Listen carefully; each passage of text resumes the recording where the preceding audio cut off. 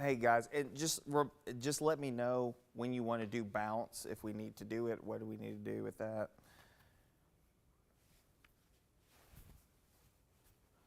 Okay, all right, sounds good.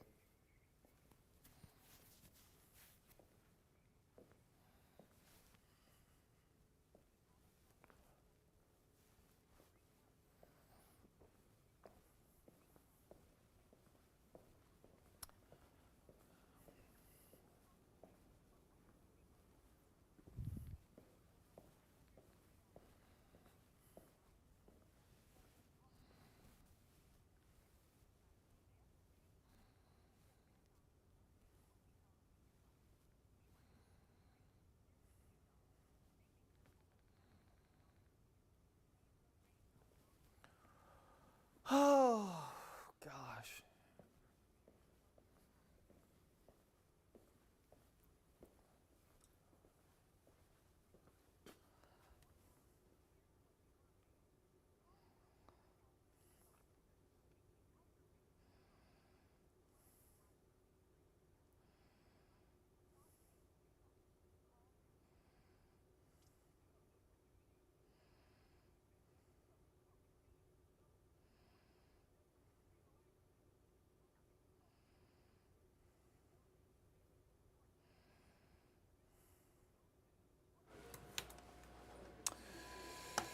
Okay, Andrew Douglas here in the Action News 5 digital desk on a very eventful Friday. Yes, it is a Friday that we have seen a lot of different things happening across Memphis and the Mid-South. We got Action News 5's Patrick Ellis joining us now with a look at the forecast. Patrick, take it away.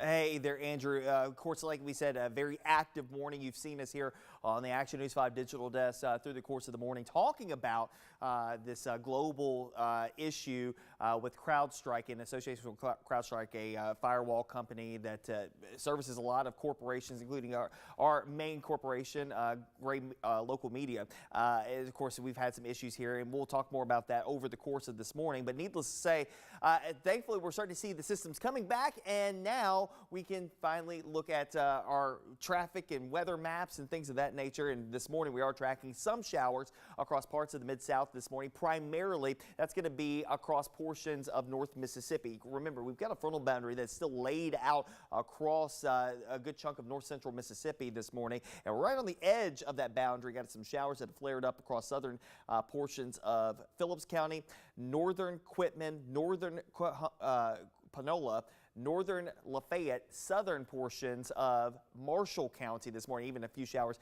up closer to Byhalia as well. Needless to say, though, we'll have these kind of continuing off and on as we go through the course of the day. 87 is where we're headed for today. Variably cloudy skies, a passing shower or thunderstorm with a northeasterly wind coming in around 5 to 10 miles per hour. Take you to Hardeman County here today. And again, temperatures topping out generally in the middle 80s this afternoon. Still a chance for a passing shower storm, northeasterly wind coming in around 5 to 10 miles per hour for you guys as well. Tonight in the 60s and 70s, again a northeasterly wind continue to funnel right on the backside of that front. Partly cloudy skies, a passing shower mainly to the south and east of the city of Memphis. The weekend weather does shape up pretty nicely for us with a mixture of clouds and sunshine, middle and upper 80s again on your Saturday.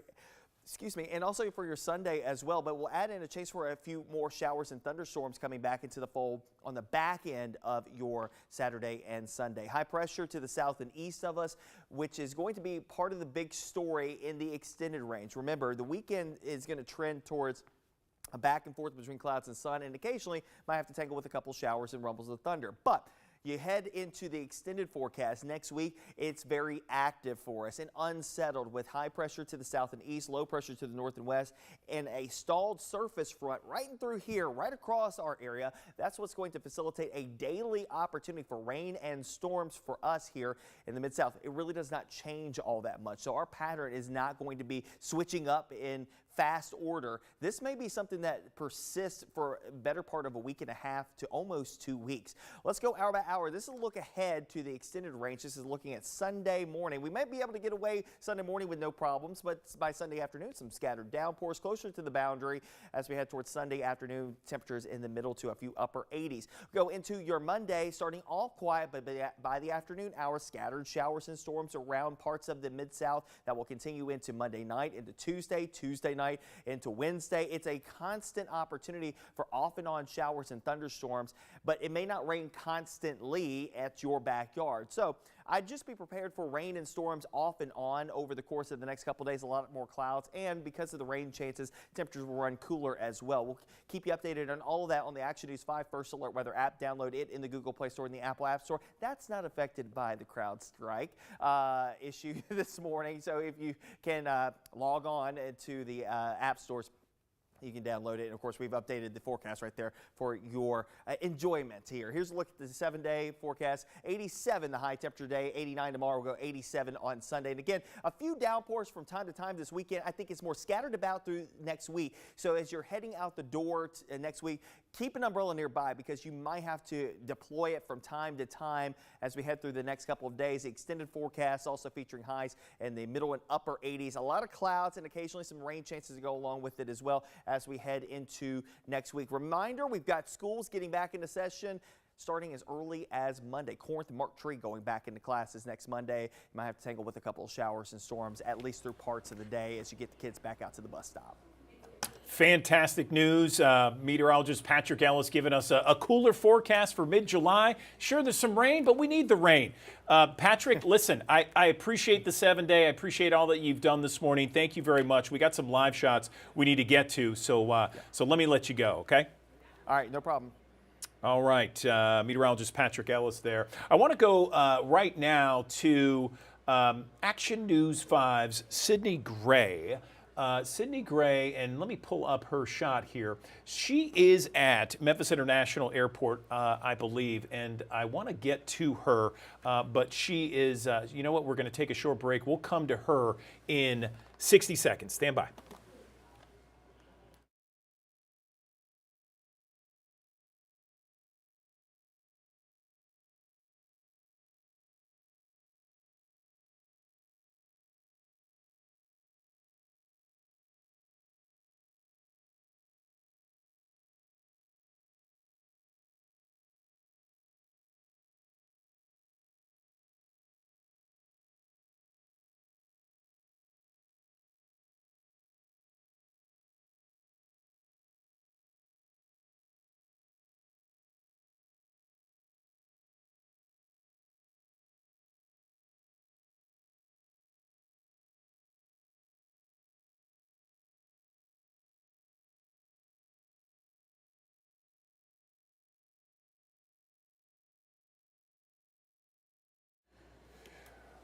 Okay, welcome back to the Action News 5 Digital Desk. I want to go now to Action News 5 Sydney Gray. She is live at Memphis International Airport, where she has been for the majority of the morning, giving us updates as this outage is affecting so many flights across the country, the Mid-South, the world. What's the latest? Good morning.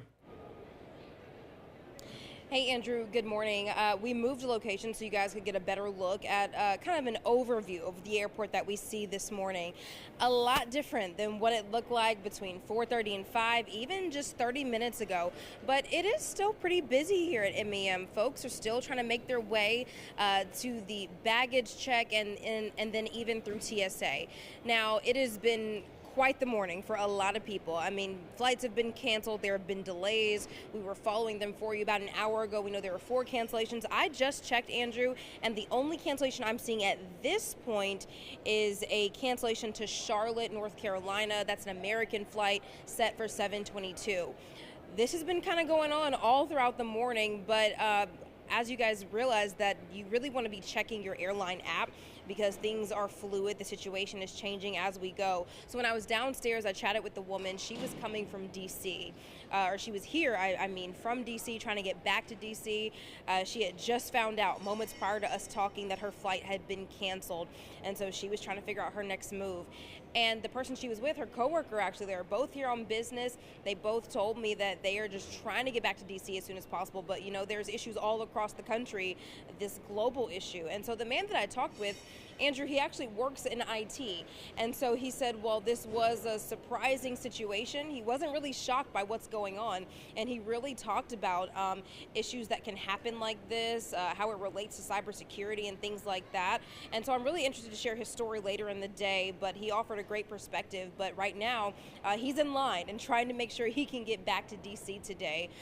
We have talked to an array of folks. Some people were headed to Mexico today, some were headed to South Carolina, and they all had flights that were routed through Charlotte. And so I've noticed that many of the flights that were going to Charlotte that are American flights, those have been canceled. Those people had to be rerouted either to Dallas or other locations. But right now, things are beginning to calm down. Again, taking a look here at MEM this morning, things are moving. I'm looking at the TSA line there in the distance. It is a lot shorter. It looks like far less people are in that line right now, and things are beginning to move. But again, if you've got a flight today, check your airline, check those apps, and still get here early and give yourself plenty of time to get yourself situated. But be prepared for some possible delays. Back to you, Andrew.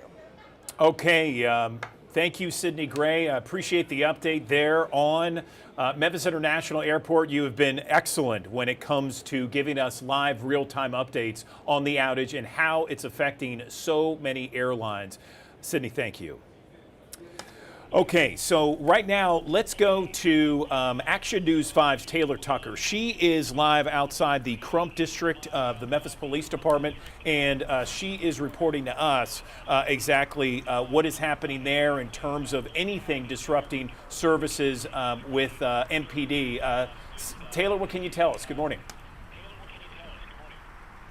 Hey, good morning, Andrew. As you mentioned, I'm outside of the Crump station, and we actually heard from MPD. They released a statement saying some of their systems are affected, but it's not impacting their ability to police. They are still answering calls, and based on what I've seen so far, they are doing exactly that. Officers still patrolling the streets this morning. I've actually seen a few officers traveling throughout this Crump area.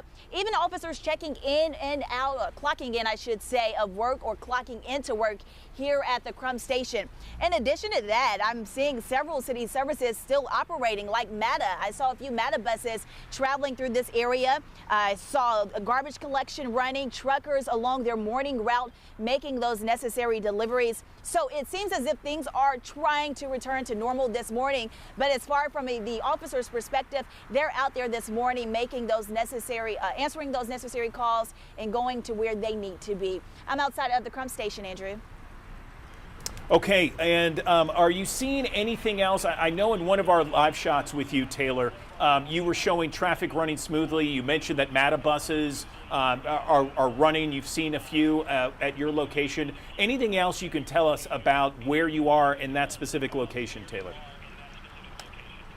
Yeah, well, you know, Andrew, I'm right along Crump, and the Crump usually turns into Lamar. This is a route that truckers usually travel through, and I'm seeing most of those truckers along their morning route. Even the cars, those of you getting up this morning headed to work, they're able to do so. The lights, there are no power outages in this direction, so all the lights are operating as normal. So, Andrew, it almost seems like your typical morning drive on Friday, light traffic this morning, but no delays. So those are all great signs for those headed out the door on the roadways this morning. All right, meteorologist Taylor Tucker, our traffic tracker, also reporting for us live. Reporting for us live outside the Crump station of the Memphis Police Department. Taylor, thank you. Okay, let's take a short break right now. We're going to take a live look from our High Five camera downtown. You can see FedEx Forum there off in the distance as we go to break. You can see some clouds out there. We'll be talking more about the forecast and more news on Action News 5's digital desk.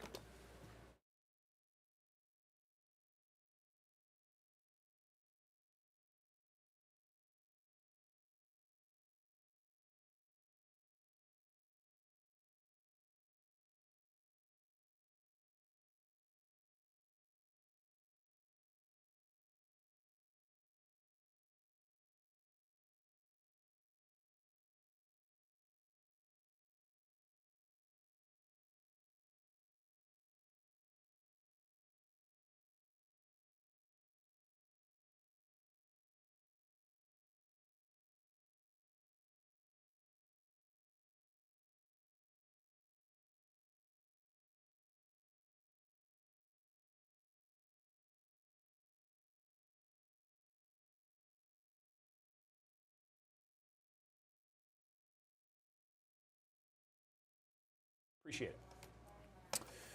Okay, Andrew Douglas back here in the Action News 5 digital desk. NASA's James Webb Space Telescope. It is the world's largest and most powerful space telescope. Today marks the second anniversary of the Webb science operations, and what a better way than to celebrate some amazing images of the universe. Let's talk about that and much more with a NASA astrophysicist. I'm joined now by Dr.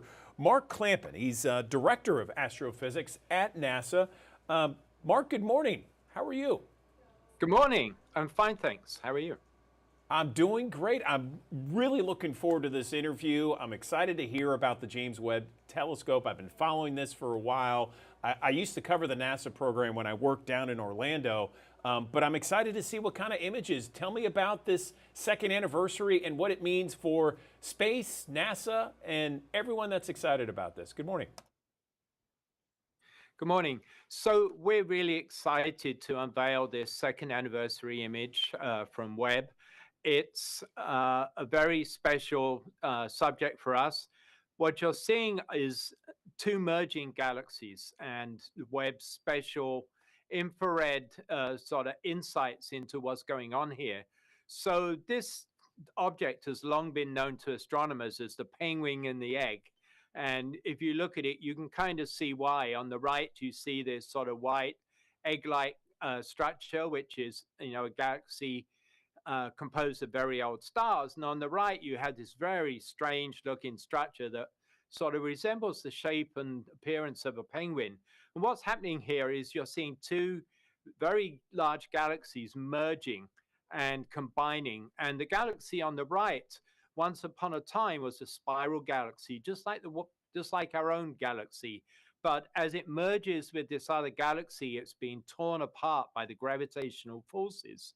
And as that happens, gas and stars are being pulled out of this spiral galaxy, and they then collide into each other and trigger more star formation. And that's why you see all these beautiful filaments in the right-hand image.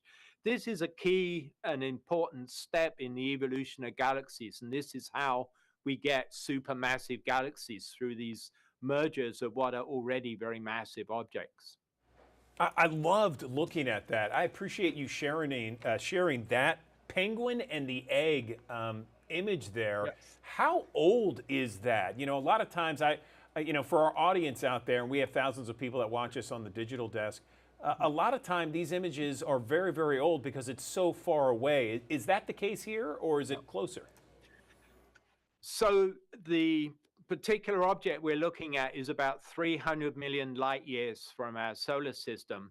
And this merger has been going on, we think, for probably around 75 million years. So you're seeing kind of a sort of a key point in the sort of cataclysm that is the merger of these two objects, but it will go on for much longer. I love it. I love it. Thank you, Mark. Let's talk about the James Webb Telescope in general. I mean, it's been 2 years now. It's revolutionized our universe. Tell us some of the revolutionary findings that have happened so far in these 2 years. So Webb has been doing science across a very broad range of different astrophysics problems. But the reason we built Webb was to really try to study the very first galaxies that formed in the universe and understand what happened all the way back to that very beginning as the first galaxies started to form. And we've been able to see back to that era with the James Webb Space Telescope. So we're seeing galaxies that are 300 million years after the Big Bang, and we're finding a lot of surprises. So Webb's telling us that these galaxies are much bigger, massive, and brighter than we had expected from our theory and our models. So as we go forward, Webb is going to help us understand exactly what's going on here. Why are these galaxies getting so big so quickly? Is it black holes, or is it some other physical process at work? We've also been able to start to really understand how stars are born as well. So we're able with Webb to look inside dust clouds. You remember these beautiful dust clouds that have been observed with Hubble. With Webb's infrared vision, we can actually see inside these dust clouds and actually study the stars that are being born in these clouds. And that's very important because there are so many in there. We can study and follow the evolution and birth of these stars from very young ones to ones that already have planetary systems. And that's a key part of understanding where our own planetary system originally came from as well.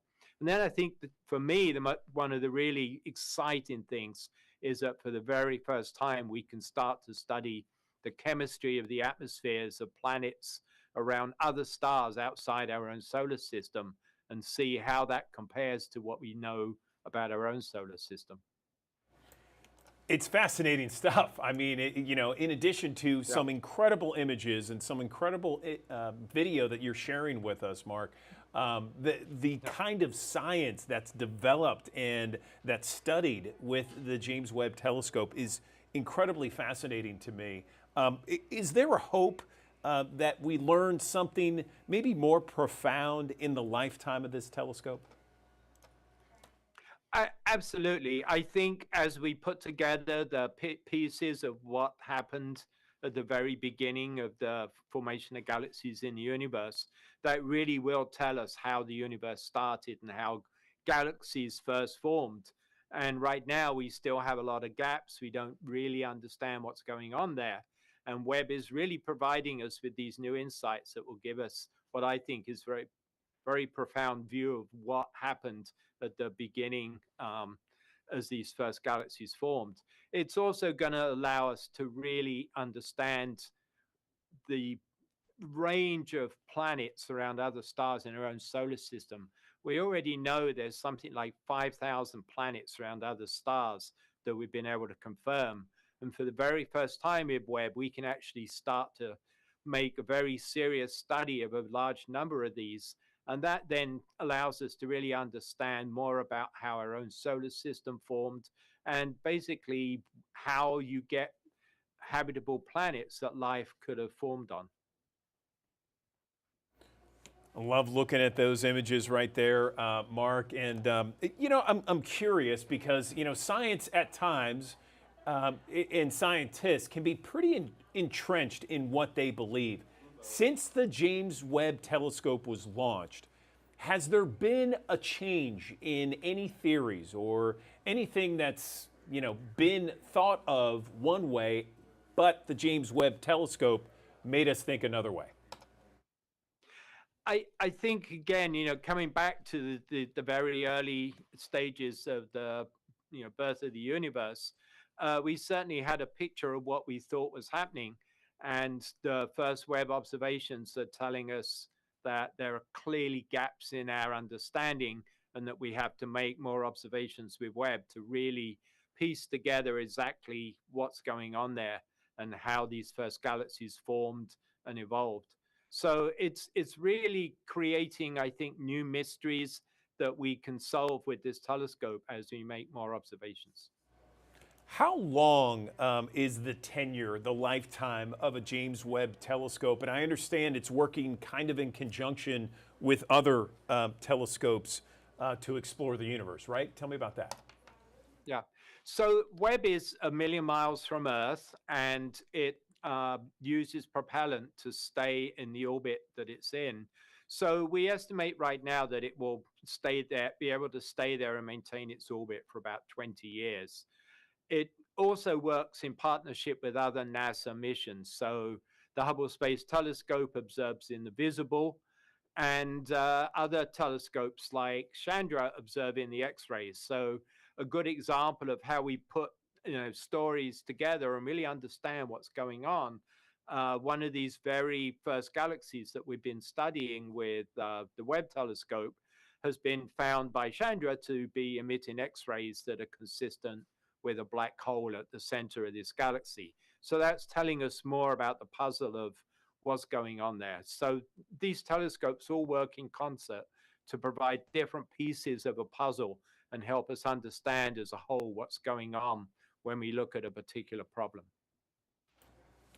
Fantastic. I really enjoy this conversation, Mark. I could talk to you all day about this stuff. I find it exciting and fascinating. Is there anything else you want to mention to our audience that maybe you haven't mentioned yet about this anniversary, James Webb Telescope, what to expect in the future? Anything else? I think a couple of things. So one thing I'll say is, somebody asked me a few days ago, do you ever get, tired of looking at these images? And I think it's fair to say I certainly don't. Every time I see a new image from Webb, I'm just blown away. And I think that's really something that all of the people using Webb data, all of our astrophysics community feel when they look at their Webb data that's just been downloaded. They're always both shocked, surprised, amazed, and usually spend a lot of time just looking at the images before they actually think about what they have to do with them. So it continues to really shock us and provide wonder at what's going on out there in the universe.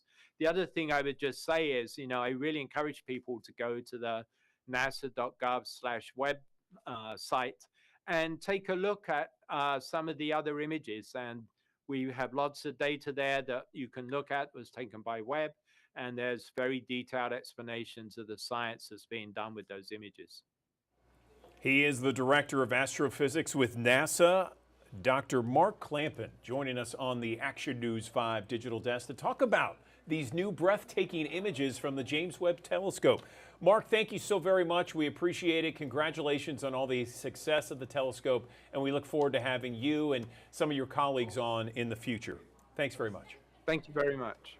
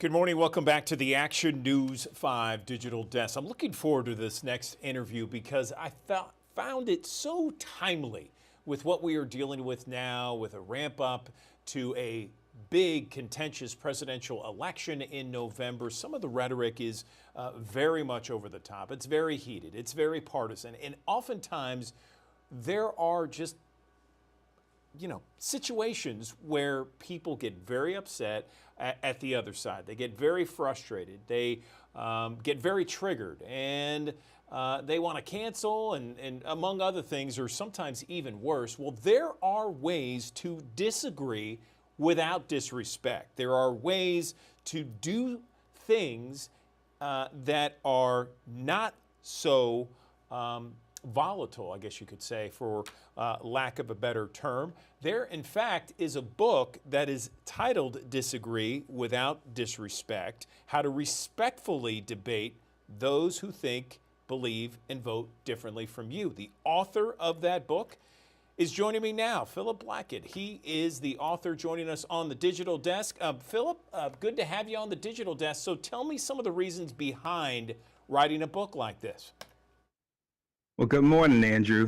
Thankful to be here with you. And I think to answer your question, a lot of times when we're going through our most important relationships, we're going to come across people that we don't agree with on everything, right? You think about family, friends, people you work as far as colleagues are concerned, people in your neighborhood. And so essentially what came off was, for me, what started as a 4th of July family encounter where my sister and I were talking about an issue that we were on opposite sides of the spectrum on. My mother jumps in to paraphrase, says we're not going to get involved with this debate here because I'm not trying to see fireworks before the actual fireworks later on tonight. Where at that moment, while I appreciate her intent to preserve the peace between my sister and I, the impact of it was essentially a lost opportunity because my sister and I don't see each other often. And I think in a world of social media, text messages, smartphones, some conversations are better to be had in person, face to face, than others. But the fear of having a disagreement, though, has a lot of people, myself and my family included, not even broaching that subject. So what came off to my mind was, if that was the case for me, and that's not even talking about politics, money, or religion, but just any distance or difference of opinion on any issue that could run the risk of you getting cursed out on social media, the cold shoulder from family members, or even unfollowed or canceled or unfriended. What can we come up with a framework that's simple to apply, that anybody can apply in their own relationships? And that's what came off this 5-step framework I did in my book, Disagree Without Disrespect: How to Respectfully Debate with Those Who Think, Believe, and Vote Differently from You.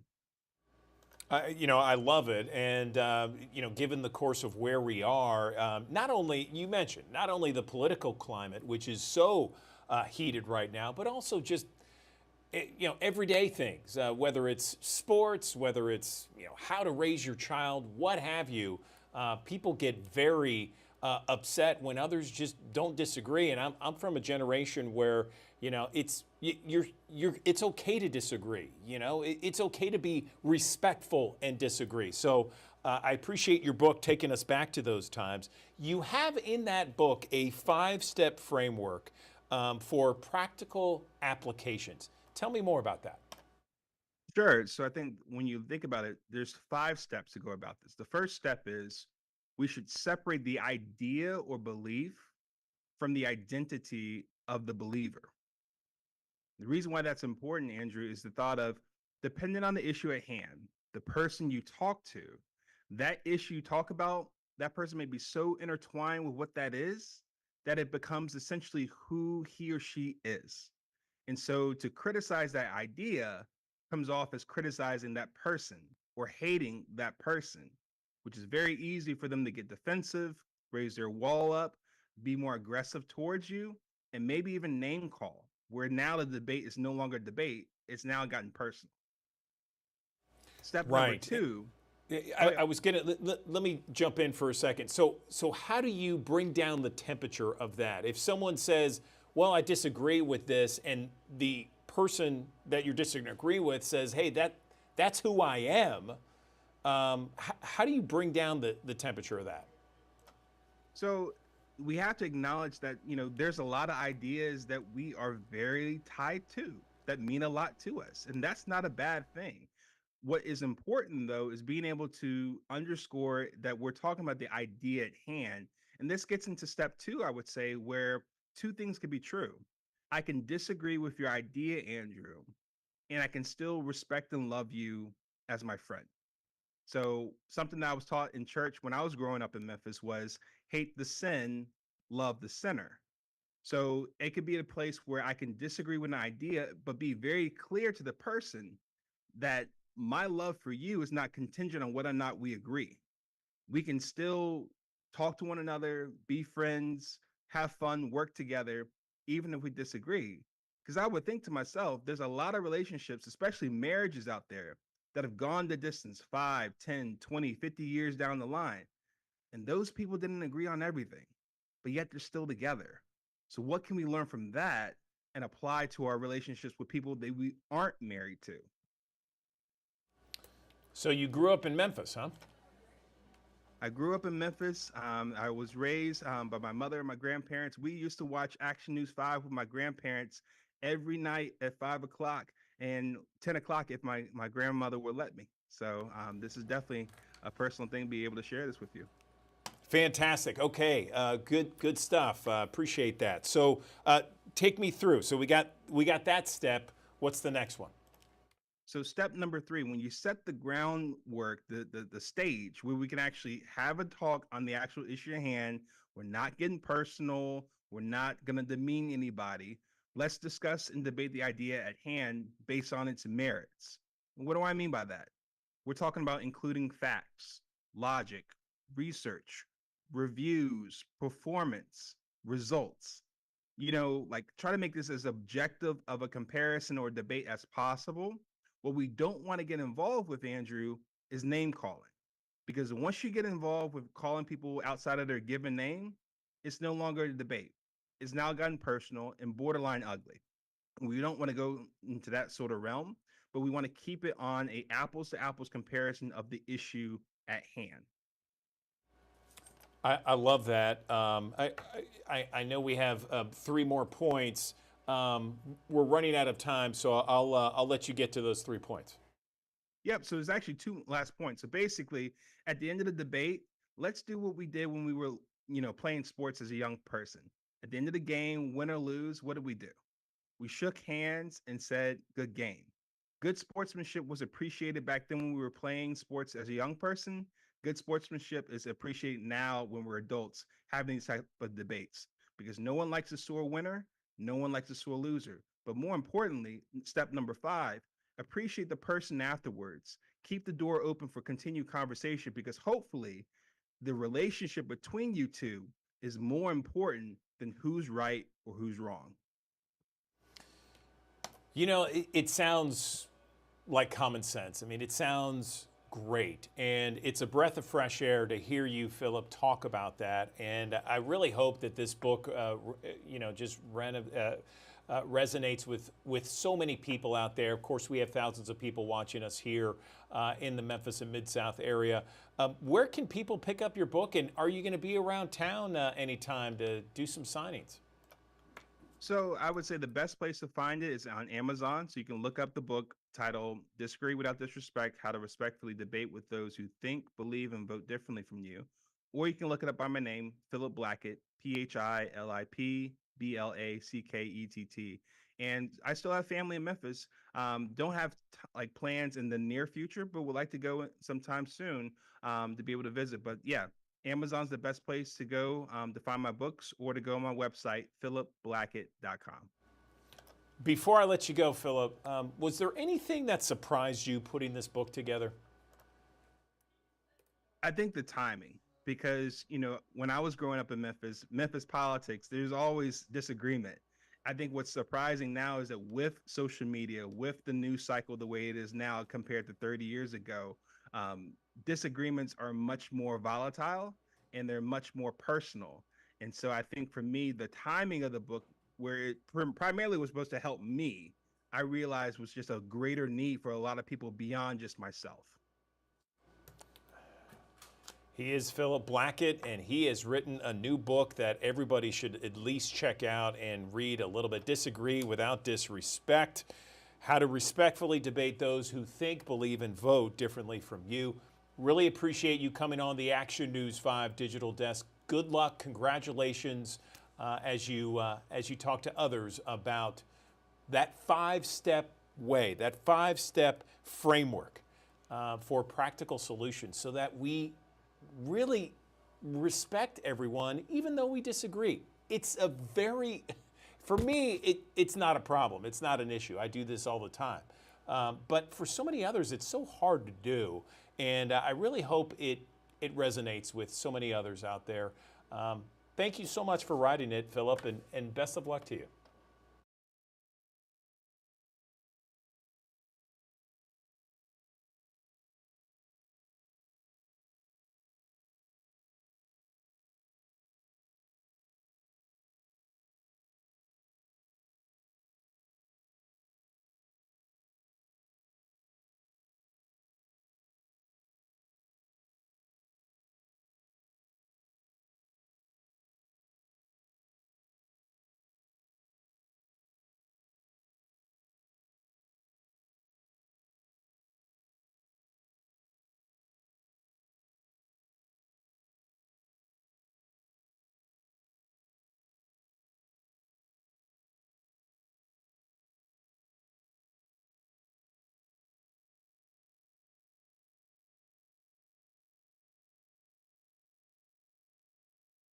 Believe it or not, the summer has flown by and we're already talking about back to school items, back to school things, making sure our kids are ready to go for the upcoming school year. One of the things that oftentimes gets overlooked is a back to school eye exam. It's so very important.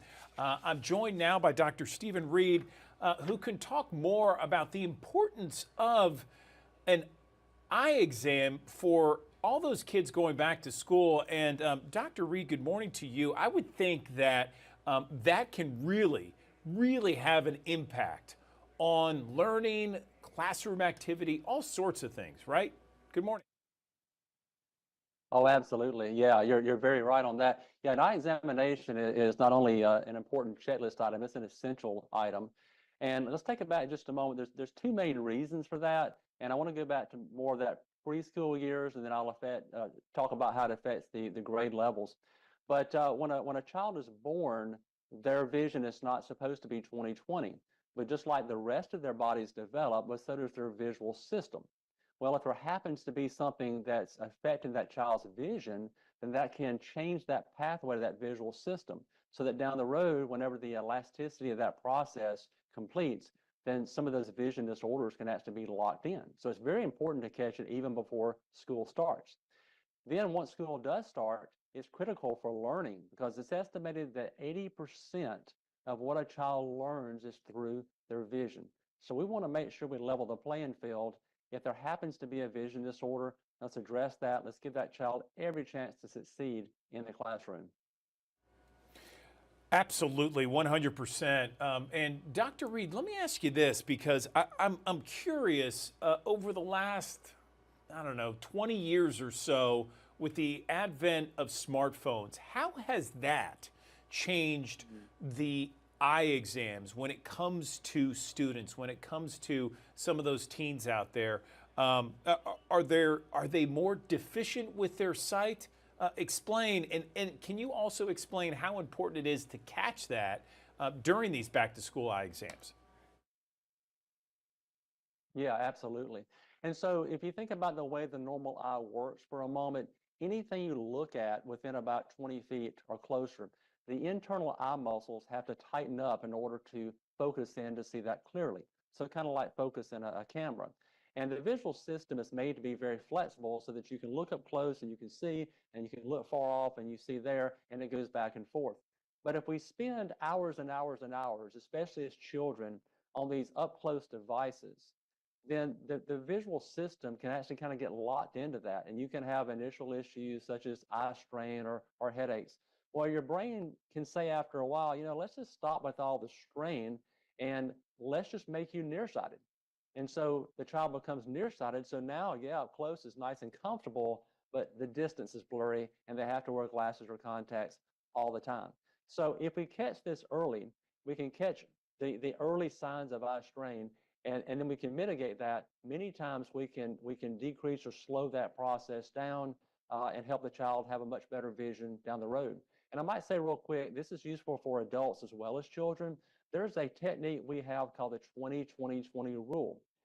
And about every 20 minutes of extended screen work or even just reading in books, take a moment, look at something 20 feet or further away, because 20 feet, your eyes are totally relaxed, and do that for 20 seconds or more. So maintaining that flexibility is key, and that can prevent a lot of problems as well, not only for children, but for adults.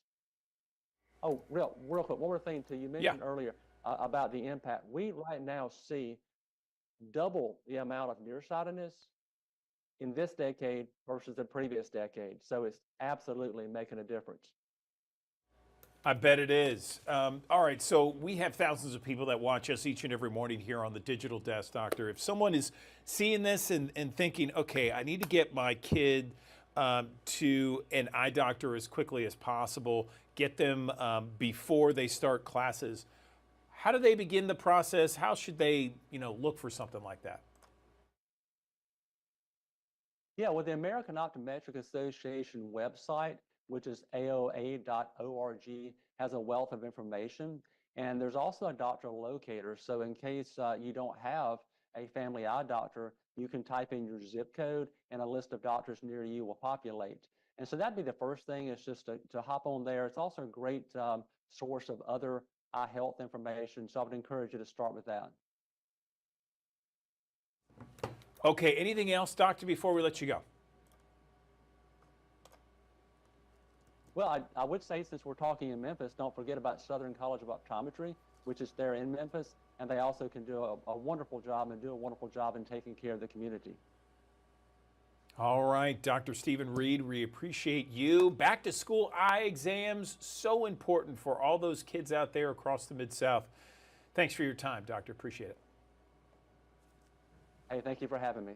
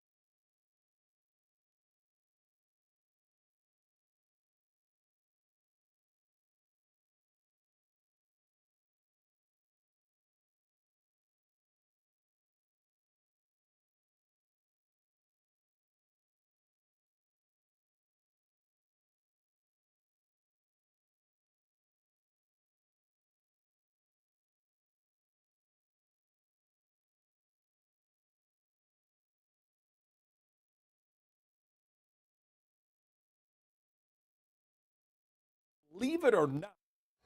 Good morning, welcome back. Good morning, welcome back to the Action News 5 Digital Desk. There is an art auction and party that is happening right now till the end of this month at Memphis Botanic Garden.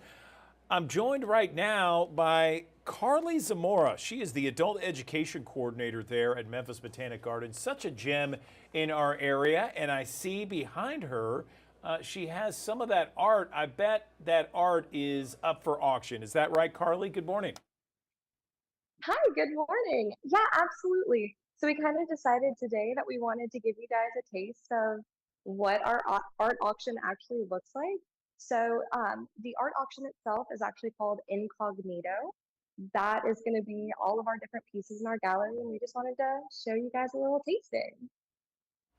Fantastic. So it is Incognito Art Auction and Party, and I believe that this has been going on for well over a decade. Is that right?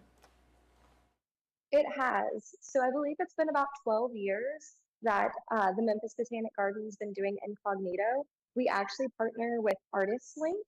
Artist Link is kind of a lot of the faces behind a lot of the art pieces you'll see. So this year for Incognito, we actually have over 111 different pieces that you'll be able to come to the garden and see. Like I said, this is about 6 of them. So all different styles. You'll see some that are a little bit remnants of the Memphis Botanic Garden themselves. Also, if you have different styles, we have a lot of different tastes for a lot of different people. So a bunch to see. Yeah, it sounds like it. So, so if someone, you know, we have thousands of people that watch us each and every morning here, Carly. If someone sees some of this and perhaps they're interested in maybe garnering some of that art, what's the best way for them to kind of check it out, look at it, and then bid on it? Absolutely. So post-COVID, we actually switched to an online bidding platform, which is amazing because that means no matter where you're from, whether it's Memphis or even if someone's outside of the state and they know that maybe a family member or a friend would like this art, if you go to MIMBG, our Memphis Botanic Garden website, and you go under our upcoming events, you'll see Incognito. If you click on Incognito, it'll take you right to the bidding website. All of our bids actually start at $50 and they go up $10 from there. Or if you're interested in the piece and you really have to have it, you can do our Buy It Now option. Buy It Now is $300, but that means that that piece is guaranteed yours. And we actually had someone have a Buy It Now about 15 minutes prior to taping right now. Fantastic. And I understand the actual party is later this month where there's going to be all kinds of stuff going on, right? Tell me about it. Yes. So the actual big party that's happening for the art event is going to be July 28th from 6 to 8 p.m. You can also buy tickets for that on our website. If you'll click on the same link, you'll be able to buy some. The art event is kind of the culmination of all of the different pieces. So the thing with Incognito is all of our pieces are unsigned, meaning you don't know who the artist is. You may have an idea of some maybe local Memphis celebrities that are participating, but none of them are signed on the front, so you won't know. And then on July 28th, when we have the actual party, you'll have some cocktails, some small bites, able to walk around, look on the pieces, and then at 8 p.m. when the event actually finishes, that's when all of the artists will be revealed.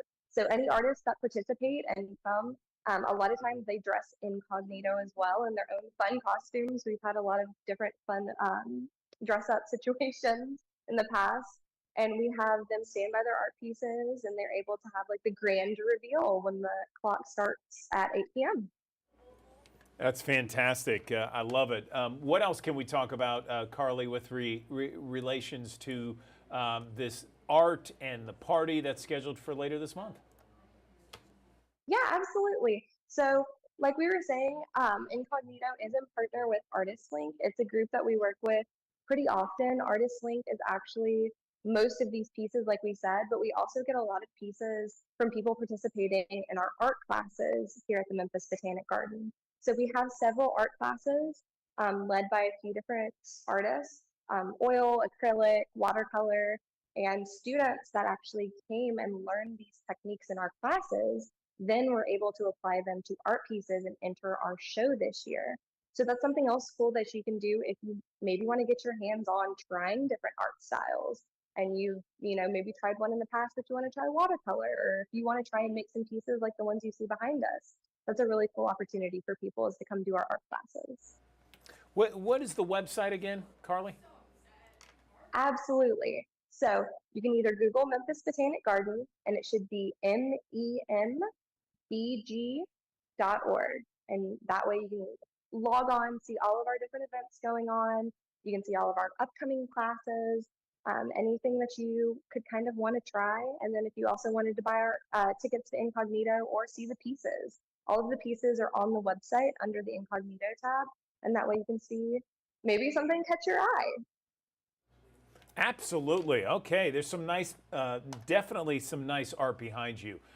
Carly Zamora, we really appreciate your time and everything that you and all the good folks at the Memphis Botanic Garden do each and every day throughout the year. Thank you so much for coming on the digital desk. Good luck at the auction and the party later this month.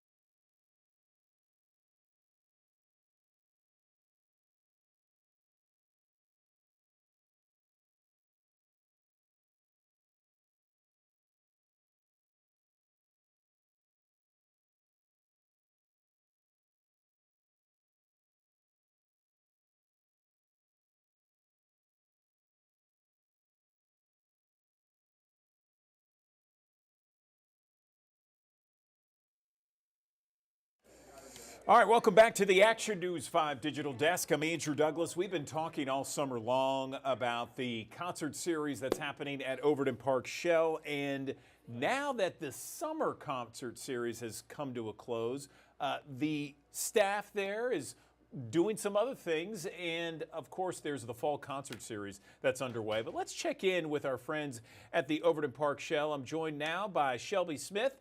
She joins us on the Action News 5 Digital Desk to talk more about what the Overton Park Shell is doing, including the mobile aspects to the Overton Park Shell. Shelby, always good to see you. So tell us about, first off, our viewers may not know about the mobile shell. Tell us what that is and where you'll be this weekend. Good morning. Good morning. Hi. Yeah, super excited. for where we'll be rolling this weekend with our mobile shell. It is actually, for those that don't know, it is half the size of our historic stage, but it's on wheels. We take it, it's a large stage, a turnkey motor system that we bring into local communities to support them, highlight local artists, really empower their events with strong programming, strong lighting, and an amazing, incredible stage. If you haven't seen it in action, it is a major thing to see. But we'll be posted up at the Asian Night Market in partnership with the Vietnamese American community of Memphis and West Tennessee. They are hosting an 8-hour showcase of just the many different cultures within our local Asian community. There will be cultural dances, plenty of vendors, a whole lot of food. And again, it's 8 hours. It runs from 3 p.m. to 11 p.m. So if you can't get there early, there's plenty of time to get there a little later in the day once the sun has gone down. And it's just going to be really cool. I'm super stoked that we get to be a part of such a historic and cultural showcase that it's happening for the second year in a row. So super stoked that we get to be a part of that here at the Overton Park Shell. Yeah, I mean, that's awesome. I love it when we can showcase all the different cultures that Memphis has. I really feel like it's underrated on all the different kinds of cultures and different backgrounds when we can all come together and celebrate that. This is going to be the Asian market. This is going to be this Saturday at the Simmons Bank Liberty Stadium. Is that right? Yeah, well, they'll be at Tiger Lane. It's Okay. on this Saturday, July 20th. And that time, again, is from 3 p.m. to 11 p.m. We have all of that information on overtonparkshell.org. But if you really want to get to know the organization that is hosting this event, you go to the Vietnamese American Community website. Perfect. Okay, so we also have a big talent show coming just right around the corner here. Tell us about that and how the Overton Park Shell is involved. Absolutely. So we are also hosting at our historic venue. We're in partnership with the Memphis Office of Youth Services, and they are doing their Beyond the Stage talent show. I believe there are going to be 12 young artists and singers and musicians that are going to be showcasing what they've got on our stage. And again, we always love not just representing the many different cultures of our city, but the wide range of talents from old to young, singers to songwriters, artists. We're just super, super involved, and they're, back to school. People are about to go back to school here soon. So they'll be doing some school supplies, giving some of those out, plenty of local vendors. I believe there are going to be some food trucks. So again, if you want to support the youth, see what they've got, maybe you'll, I don't know, get to see a budding star. Come to the Overton Park Shell. I believe that event is from 4 p.m. to 7 p.m. Here at the Overton Park Shell. Perfect. Okay. And then one final event is the 70th anniversary. I can't believe it's 70, Shelby. 70th anniversary of live rock and roll. Tell me about that. Yeah, so we're really busy over here at the Overton Park Shell, if you haven't noticed. But that event is happening next Saturday, July 27th. As many people know, it's one of our most coveted historical facts here at the Overton Park Shell. But Elvis performed here for the first time in 1954, and that was truly the first time people got to experience music like that, and what that culture really brought to our city, and all of the dances that were done, and just how monumental that moment was here. So obviously we have to showcase it, and so that's going to be happening July 27th in partnership with Backbeat Tours and the Memphis Rock and Soul Museum. It'll start with people like being led from the Rock and Soul Museum to the Overton Park Shell, and then there'll be an actual reenactment of that concert led by Finley Watkins, an amazing Elvis impersonator, truly incredible if you haven't watched him either. But yeah, we're super excited to showcase all of these incredible things, and really lean into our history and our community activations while we're kind of a little quieter here for the end of this summer season. I love it. I love it. You guys are staying busy over there. Tell us briefly, Shelby, about, you don't have to get into detail, but tell us about the fall concert series. Yeah, that actually kicks off August 30th with Mono Neon, but that runs until, I believe, the end of October. I don't quite know the actual end date, but there's plenty to see, plenty to experience, and those concerts will be on Fridays and Saturdays, and we have a few showcases on Sundays.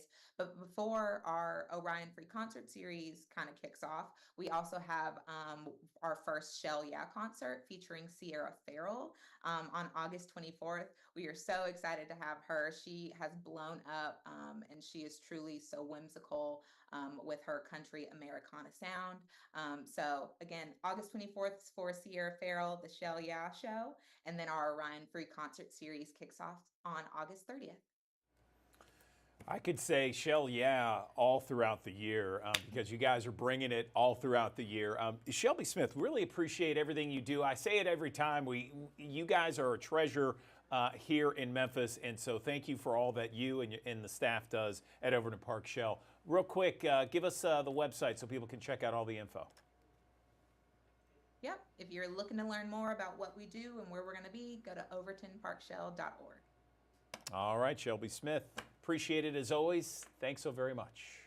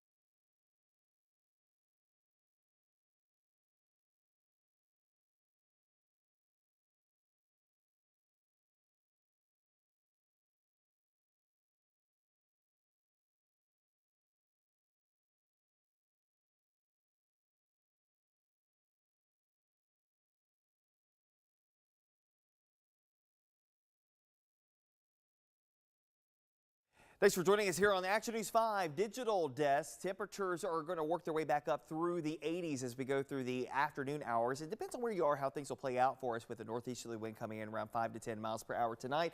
Upper 60s and low 70s, partly cloudy, a passing shower or storm. Best chances, though, of rain likely for areas along into the south of the I-40 corridor as an area of low pressure winds up and moves off towards Middle Tennessee later on today. We should have a fairly quiet weekend, maybe a few passing showers from time to time. Probably our best chances for rain, though, coming up for the latter half of Sunday, but still some sporadic downpours from time to time. The best chances, though, will tend to be along and south of I-40. High pressure to the south and east of us, low pressure to the north and west of us, and that funnel effect right along that stalled frontal boundary will keep our weather pretty unsettled in the extended range. So once we get into next week, the weather's going to turn pretty unsettled and stay pretty unsettled with waves of rain and storms to contend with, a lot more clouds, and the opportunities for some rain and storms. Here's a look at that first alert futurecast looking ahead to Sunday and beyond. And again, you'll see some sporadic downpours developing on Sunday afternoon. Still a mixture of clouds and sunshine otherwise. Heading into your Monday, we'll go 70s to start off the day. And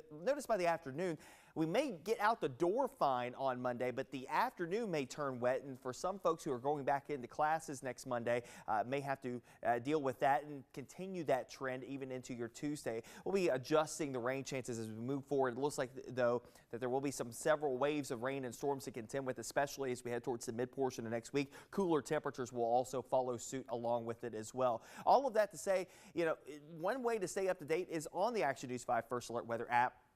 Using the interactive radar function, that's going to be a critical function for you over the next couple of days because of the active weather that we do expect. So while it's unsettled, it's also going to be active. One thing to note about this extended forecast, which does feature scattered downpours every single day next week, and I would go ahead and include that this would probably extend a little farther out. This is not lending itself necessarily to severe weather. It's more so just a soggy pattern that's going to emerge for us over the course of not just next week, but probably the extended forecast all the way into the end of July, the beginning of August.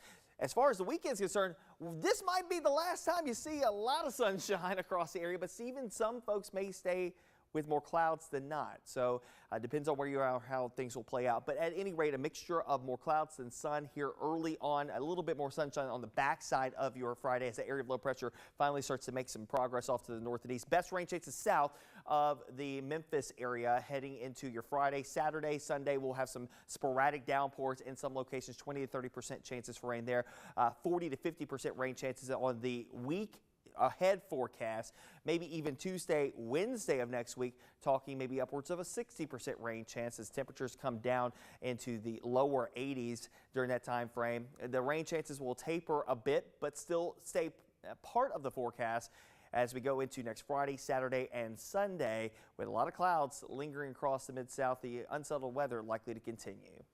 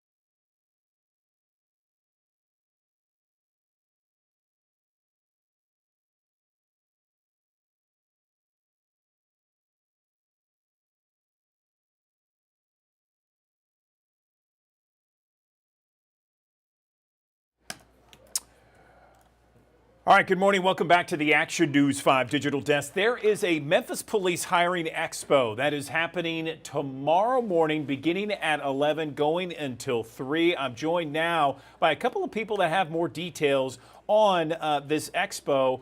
Here are officers Christopher Freeman and Tressa Lamb joining us on the Action News 5 Digital Desk. How are you guys this morning? Good morning. We're doing good. Good, good. Happy Friday to you. So tell me about this Memphis Police Expo that's happening tomorrow. Tell us where it is, what you guys are looking for, salaries, that sort of thing. Okay. So as you said, it is tomorrow, Saturday, July 20th at 11 a.m. to 3 p.m. at 170 North Main. That's downtown. So first, there's free parking at the Mud Island Parking. It is at Poplar in front. But the expo is just, it gives applicants a chance to come in, speak with us, and jumpstart their career with MPD. So you can come in, fill out your application, and take the first pre-hire test. So the starting salary now is $56,000, and your top out in 3 years is $75,000, and in 5 years it's $77,000. So we are very competitive in the area. That we are the premier law enforcement agency, and we're giving people a chance to come down and apply for the job and be the best in blue. Tell us what people need to do. Do they need to register before this expo, or can they just show up? And what do they need to bring? Absolutely. So you can just show up and we have everything that you need. It will speed up the process if you can go beforehand and fill out your application online, but you will be allowed to fill out the application before if you can't. Okay, all right. And is there a number of officers that you're looking to hire tomorrow? Are you going to be doing hiring on the spot? How many jobs are you trying to fill? So it won't be hiring on the spot. We're definitely going to push their hiring process forward and progress it faster than what it normally would. But right now, we're just trying to fill the ranks. We're down about 400 to 500 officers, and we're trying to fill the ranks with the best and the brightest. Okay, and you mentioned that it would speed up the process if people were to register online in order to go to the expo. Where can they do that? JoinMPD.com, and you can click apply today. It'll go ahead and get you started. So when you come to the expo, you can move right to that first test. Okay, and so you just mentioned a test, officer.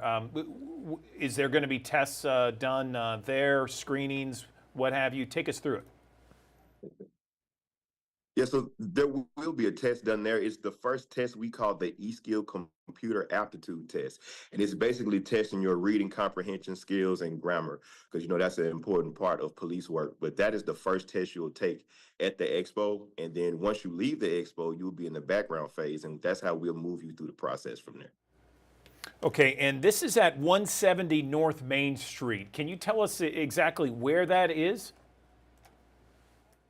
So it's actually right down the street from the Criminal Justice Center, the 201 Poplar. If you keep going down the block, it's the Memphis Police Headquarters, 170 North Main. It's right there. It sits off of the main mall.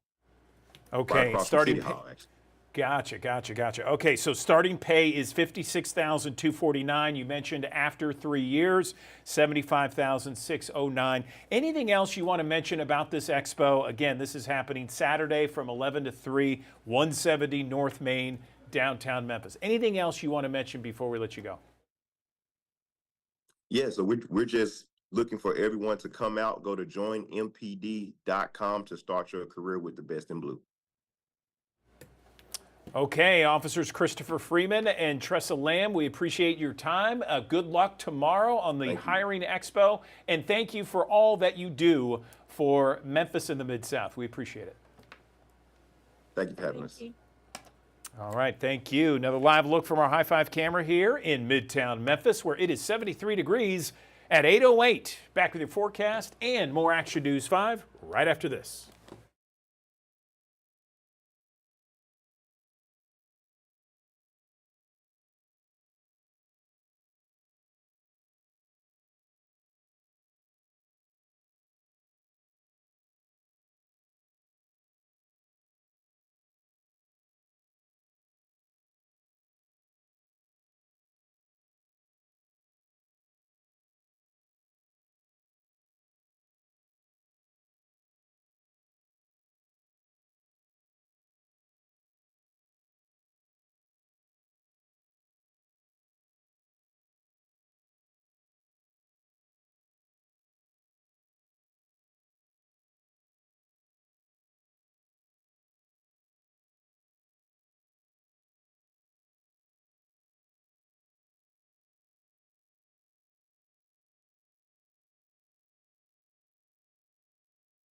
When was the last time you went to a park in the state of Arkansas? They have such a diverse array of natural wonders there. 52 state parks covering more than 54,000 acres, 1,800 campsites, 208 cabins, 5 lodges, and more than 8 million visitors go each and every year, and families get to immerse themselves in all kinds of things in the natural state. I'm joined right now by Jason Perry. He's the park ranger at DeGray Lake Resort State Park. Jason, good morning to you. Tell us where the park is and the uniqueness of that area. Good morning. Good morning, Andrew. Thank you for having me on. I am right here at DeGray Lake Resort State Park in beautiful Bismarck, Arkansas. You can see our crystal clear lake right behind me. We're here in Southwest Arkansas and happy to be talking with you this morning. I love it. I love Arkansas, the parks and the beauty of the state. Such an array of different kinds of areas and landscapes, hot springs, Ozarks, I should say. Tell me about families this year. What can they expect, Jason? Well, Andrew, I think you hit the nail on the head when you said we are diverse. This is a compact state with a ton of unique features here. We've got mountains, rivers, lakes, diamond mines, hot springs, you name it. There's a ton of stuff. And the cool thing is, it's all pretty close together. Again, the state's pretty compact. So there's lots of things right next to each other. If you want to spend your whole vacation here at DeGray, we'd love to have you. There's plenty of stuff for you to do for your entire vacation. If you want to spread it out a little bit, we've got plenty of locations all around the state where you can spend a day here, a couple days there, and get just unique, different experiences all throughout the state. So really, the state itself kind of becomes your vacation destination. And the cool thing about all the diverse activities are, it's family friendly. There are things for the little ones. There are things for the adventure bound. There are things for the folks that might be a little bit older, our seniors. Plenty of things, high adventure to just out and relaxation. You know, we're in Memphis here at WMC Action News 5. So we broadcast to North Mississippi, Eastern Arkansas, West Tennessee. And I know that a lot of our audience loves to go and travel through the state of Arkansas. Any recommended itineraries for trips for families this spring and summer? Yeah, well, for sure. And kind of where I would direct you is to our website, arkansasstateparks.com. That website will kind of direct you, kind of help you plan your vacation, right? So you can plan it by actual specific parks or by the activities that you'd like to do, whether you want to be hiking or fishing or swimming, biking, that sort of thing, or by the kind of geographic region that you want to be in. You want to be in a river or a lake or a mountain type park, or by the accommodations. So maybe you want to stay at a lodge, or you want to be camping, or you want to be in a yurt, that sort of thing. ArkansasStateParks.com will help direct your vacation. If you're coming from Memphis, though, you're going to be passing through. As you come into Arkansas, you're going to pass right by Village Creek State Park. And I would be remiss if I didn't tell you about the Ridges at Village Creek, which is a 27-hole championship golf course. It's one of the top-rated courses in the state, public courses in the state, and an adventure. It is really a sight to behold. So if you're coming from Memphis, for sure, I would send you to Village Creek State Park and stop by. And if nothing else, just check out the golf course. Excellent, excellent. Tell me a little bit more about DeGray Lake Resort State Park, where you are. So DeGray kind of reminds me of Arkansas State Parks in microcosm, right? Because there's a lot of stuff to do here. It's a lake park, that's the main thing, but we're also kind of nestled in the kind of the southeastern corner of the Ouachita Mountains. So we have some mountain-like opportunities here. We've got 30 plus miles of really professional mountain biking trails. There's hiking trails right here within the park. Of course, there's horseback riding here. We've got tennis courts. We have our own 18-hole championship golf course. We've got disc golf, a full-service marina, which will help you with fishing, kayaking, boating, all those things, all right here in the park. I know that DeGray Lake Resort State Park is near and dear to your heart, Jason, but if you had a chance to perhaps go to another park, one of your favorites out there, which would it be? So I would send folks to Pettigene State Park. Pettigene State Park, again, has those variety of opportunities, but man, it's got a CCC era lodge that overlooks Cedar Falls Canyon. So you've got this big iconic canyon with a 90-foot waterfall, really cool looking. There's sweet trails, there's mountain bike trails. There's some cool bouldering. You have a chance to get a little bit of archaeology. There's examples of Native American rock art that you can access. And one of the coolest places that I like to go there is they call it Turtle Rock. There's some rock formations that the pattern on the rocks, these rounded rocks, looks like the shell of a turtle. So it looks like a whole field of these big giant stone turtles. Great to run around and play on. It's really, again, a fascinating park. I love it. And one more time, Jason, tell our viewers, we have thousands that join us each and every morning here on the Digital Desk, where they can go to get information on all the Arkansas state parks. Online is going to be the place to go, ArkansasStateParks.com. Again, it's going to tell you by accommodation, it's going to tell you by activity, by park specific, or by geographic region, river, lake, mountain, that sort of thing. There's a feature that will kind of help you plan your vacation based on the input that you give it. So ArkansasStateParks.com online, they'll take care of you. All right, Jason Perry, park ranger at DeGray Lake Resort State Park in Arkansas. Thank you so much. Enjoy the spring and summer months, Jason. We appreciate it. Andrew, it's my pleasure. Thank you so much for having me on.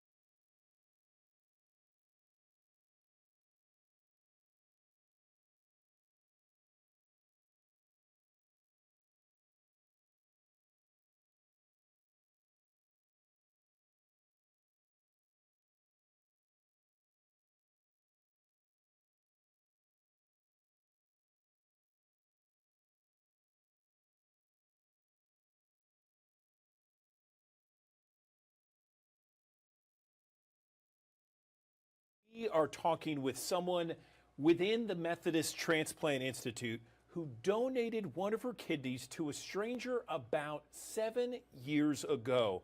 I'm joined now by Joanne Morris. She is someone who did this within the transplant unit. She's a dietitian at Methodist. Joanne, good morning. I appreciate you joining us on the digital desk. Tell me about your journey. How did we get to this point? Well, good morning. Thank you for having me and letting me share a little bit about my story in organ donation. So I've been a dietitian at Methodist here for 11 years, and it was never on my bucket list or something to do to give away a kidney to a stranger, but working with patients day in and day out in our transplant clinic, I just felt like I was better educated and aware about the critical need of needing more living donors, and then also seeing the joy of people receiving their kidneys. And I just felt called by God, this is something that I needed to do. That is amazing, and it's an incredible selfless act. I appreciate you sharing your story with us.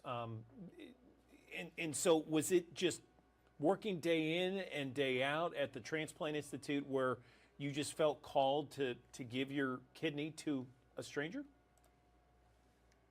Yes, so I mean, definitely pulls on the heartstrings to see people suffering because kidney disease is something that affects your quality of life day in and day out. And not all conditions and diseases have treatments like kidney disease does. I mean, there is kidney transplant, so that definitely improves somebody's quality of life. I was very fortunate that I did not have a direct family member or friend who needed my kidney, but I have learned kidneys do not care where they go, and I didn't care either. And it was just important to me that somebody improve their life and get off of dialysis.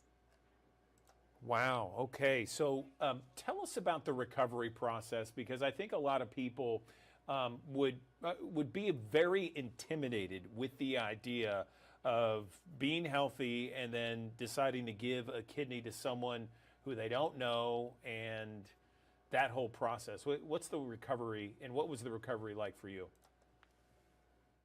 Right. So my surgery and recovery went very much textbook like the team told me it would. They told me it would take 4 to 6 weeks to completely recover, and it did. I was in the hospital 3 days, went home to my family who helped take care of me. And other than, of course, the incisional pain, I had no other major complications, and that was pretty much gone by 2 weeks. So other than just taking a short pause on my life for about 6 weeks, it didn't negatively impact my life at all. That's incredible, Joan. Tell me a little bit more about how and if your quality of life has changed. Right. So before donating, I was working active, a mother, and I was able to continue doing those things. I came back to work here at the transplant clinic 5 weeks after my donation, and then we wanted to extend our family, which we were able to do. And I gave birth to a little beautiful girl about a year after I donated. I love to hike the national parks, and I go hiking and working and enjoy all my same passions. So it did not have any negative impacts on my quality of life whatsoever. And there are a lot of people that are on the list right now looking for a kidney donor, right? Can you talk a little bit about that and how people are on dialysis and they need a donor right away?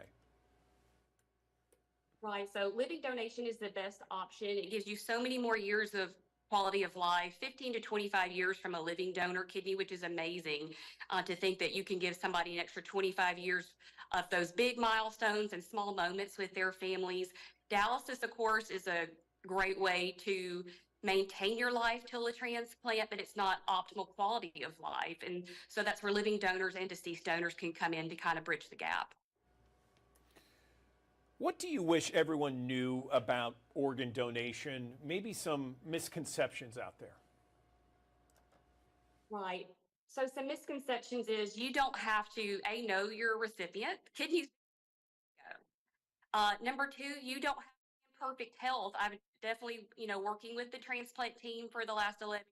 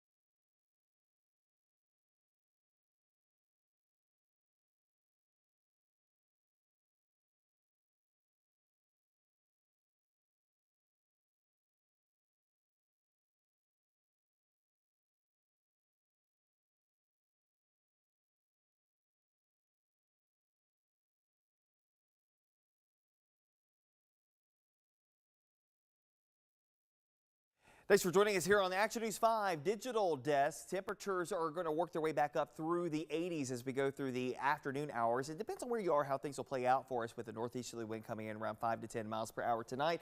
Upper 60s and low 70s, partly cloudy, a passing shower or storm. Best chances, though, of rain likely for areas along into the south of the I-40 corridor as an area of low pressure winds up and moves off towards Middle Tennessee later on today. We should have a fairly quiet weekend, maybe a few passing showers from time to time. Probably our best chances for rain, though, coming up for the latter half of Sunday, but still some sporadic downpours from time to time. The best chances, though, will tend to be along and south of I-40. High pressure to the south and east of us, low pressure to the north and west of us, and that funnel effect right along that stalled frontal boundary will keep our weather pretty unsettled in the extended range. So once we get into next week, the weather's going to turn pretty unsettled and stay pretty unsettled with waves of rain and storms to contend with, a lot more clouds, and the opportunities for some rain and storms. Here's a look at that first alert futurecast looking ahead to Sunday and beyond. And again, you'll see some sporadic downpours developing on Sunday afternoon. Still a mixture of clouds and sunshine otherwise. Heading into your Monday, we'll go 70s to start off the day. And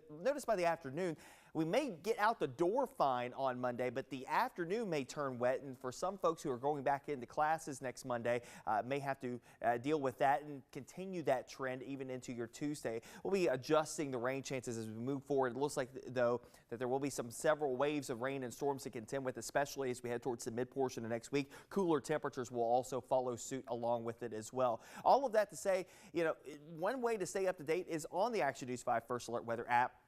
Using the interactive radar function, that's going to be a critical function for you over the next couple of days because of the active weather that we do expect. So while it's unsettled, it's also going to be active. One thing to note about this extended forecast, which does feature scattered downpours every single day next week, and I would go ahead and include that this would probably extend a little farther out.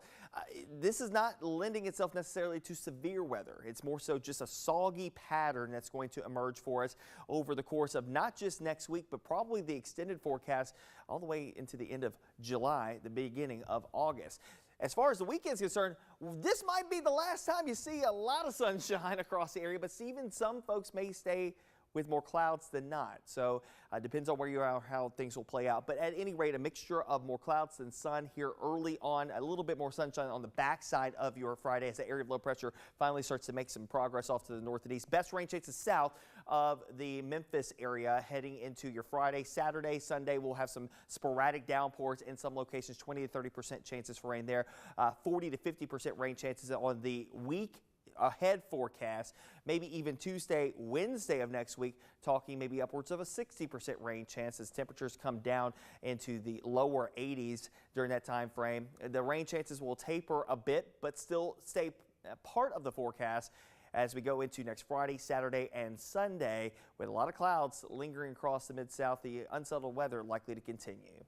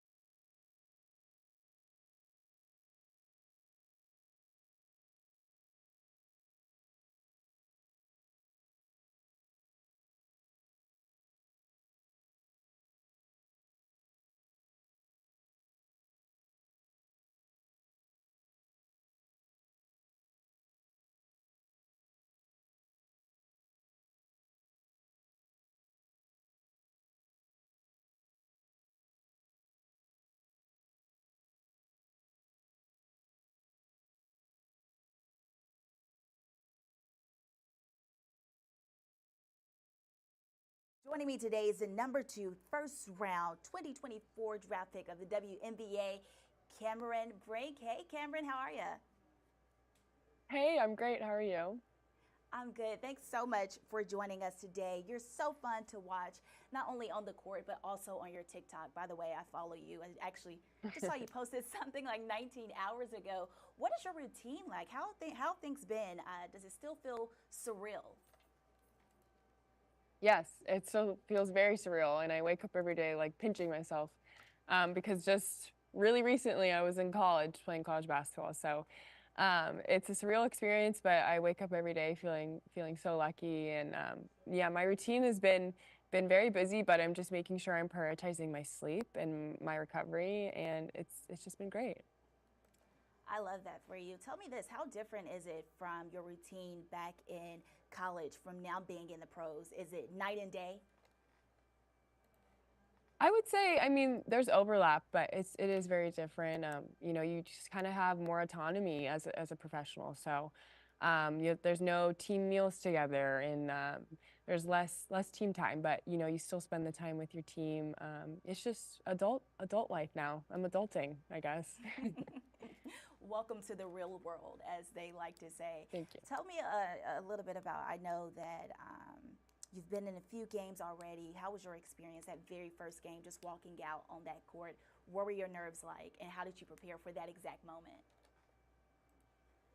Yeah, I think there's nerves with every game. There's nerves with college games, but I think, you know, it's just when you're nervous, it means you care. It's a good thing. So I just did what I usually do. I take a moment for gratitude. I do some belly breathing, and then I go out there and I do my best. I love that. So let's talk a little bit about what we want to discuss today is just getting that proper amount of rest. Do you think that because of your routine and how you have this routine of going to bed in time and just taking care of your mental health, that actually benefits you when you step out on the court? 1,000%. Like it makes a world of a difference, because that's where our body, you know, rests and recovers. It's where it rebuilds during our time in bed. So that's why it's so amazing that I am a founder of Team Sleep Well with Mattress Firm. And with this partnership, we are really amplifying the importance of sleep and connecting top athletes with sleep experts to really make sure we are getting the right type of mattresses for our bodies. And so this is me getting fitted with my perfect mattress. This is actually the mattress I chose. Yeah, so it's a firm mattress. I'm very comfortable. I chose literally this exact mattress. So yeah, I just definitely was matched with Mattress Matcher Tech, and it helped me pick out the bed that was best for me. And it's not just athletes that can use this, it's everybody. We all need to get good sleep at night. So it's a perfect partnership. Oh, I love that. And I know I mentioned that you look super comfortable there. What is it, like a firm, or how would you describe it? Like, how did it feel? I need a firm, yeah. I can't sleep need with a a firm. soft mattress, and I feel like a lot, like, you're either like a soft mattress or you're firm. I don't know. My brother likes an in between, but he got one too. He's very happy. But I got a firm mattress, and as you can see, it like goes up and down. I'm very happy every night when I get to go back to my bed. I'm a very happy girl. What about those nights where I know you do a lot of traveling and you can't take your bed with you? It would be nice if you could put it in your suitcase, but you can't. What's helpful for Exactly. you when you're traveling to help you get that I think what's perfect amount of rest? helpful, yeah, no, exactly. I think what's important is just having a routine. I think that's like it's still hard whenever you're on the road, especially with time changes. It's really hard to get, you know, the best sleep. But I think with me, it's routine. So I do my skincare. I like to read or do a crossword puzzle before bed, which is funny, but it just kind of helps relax my brain. I know. And then I use a sleep mask. So it's just like a routine that I stick to. And I just find little things that work for me that just make me feel more comfortable and relaxed at the end of the day. But it's very individual, and it just takes time to find what works best for you. Right. And how long did it take for you to actually find a routine that works best? I think using college to really help kind of navigate my likes, my dislikes with just not just sleep, but, you know, training routine, everything. So I was lucky enough to, and I still am very lucky to work with some of the best trainers and people. So I'm very lucky to just have a bunch of people to bounce ideas off of, but it takes a while. And so like, I think that's like people need to be patient with themselves, not just athletes, but it takes a while to find what works best for you. So just be patient, give yourself grace, and it'll come eventually. There are so many eyes right now on women's sports, especially the WNBA. Being a part of this rookie class, what has that been like? It's been amazing. It's surreal for sure, but I think I just feel very lucky that I'm in the right kind of time and place for this to be happening. And we've helped bring some new media attention to the league, but we always have to look back to the veterans and the people before us that have paved the way, because, you know, we wouldn't be here without them. I love that. I love that. Cameron, was there anything that you were prepared to say today that I could not ask you? I know you probably have a busy schedule. I have several questions. We could go all day long. I know you have places to be, Cam. No, I think we covered everything. I'm just very thankful for you giving me the opportunity to talk about sleep and this amazing partnership. I'm lucky enough to work with Mattress Firm, and just, athlete or not, you need to prioritize your well-being, and it ties to mental health for me as well, which I'm very passionate about because I've been through it as well. So whatever you're going through, my message, I guess, to people is just keep pushing, keep fighting for your self-care, your well-being, and just find ways to make yourself feel better. And if that's sleep at the end of the day, just make sure you're prioritizing your sleep and your recovery. Sleep does wonders, Cameron. So that's great advice Yes. there. Thanks so much for stopping by the Digital Desk. Looking forward to chatting with you again, and good luck for the rest of the season.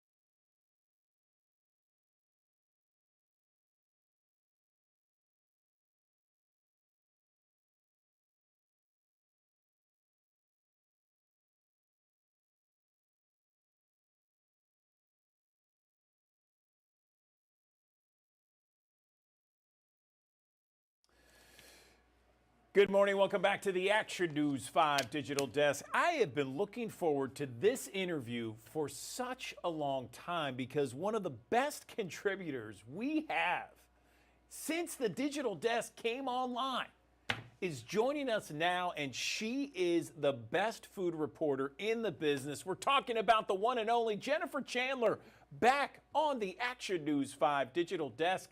Yes, I'm blowing out my newsroom. I'm speaking louder because I'm just so happy, Jennifer, to have you back. How are you, first off? I am doing wonderful. I have missed our segments that we've been doing, and I am so excited to be back on the Digital Desk as well. It's been a couple of months. I've had some transitions in my life. I have switched newspapers, and I am now writing for the Daily Memphian as their food and restaurant reporter. And I've been there since the beginning of the summer and loving being on this new news team. Awesome. Awesome. Well, congratulations to you. We're super excited for you to be back with us on the Digital Desk, and you have a new crew with you. And, I loved, of course, we haven't had you on in a while, but I have been reading your articles, and I loved the article. I think I mentioned to you that you offered the ingredients and the recipe for the cream spinach at Buckley's. Oh my gosh, I cannot wait to make it. But that's not what we're talking about right now. Well, I just Go have ahead. to put a note about that one. It was very funny about that recipe. When restaurants make their recipes, they're these huge batches. And when I asked Jeff Farinelli for that recipe when they announced that they were closing, he said, I'll give it to you and I'll pare it down.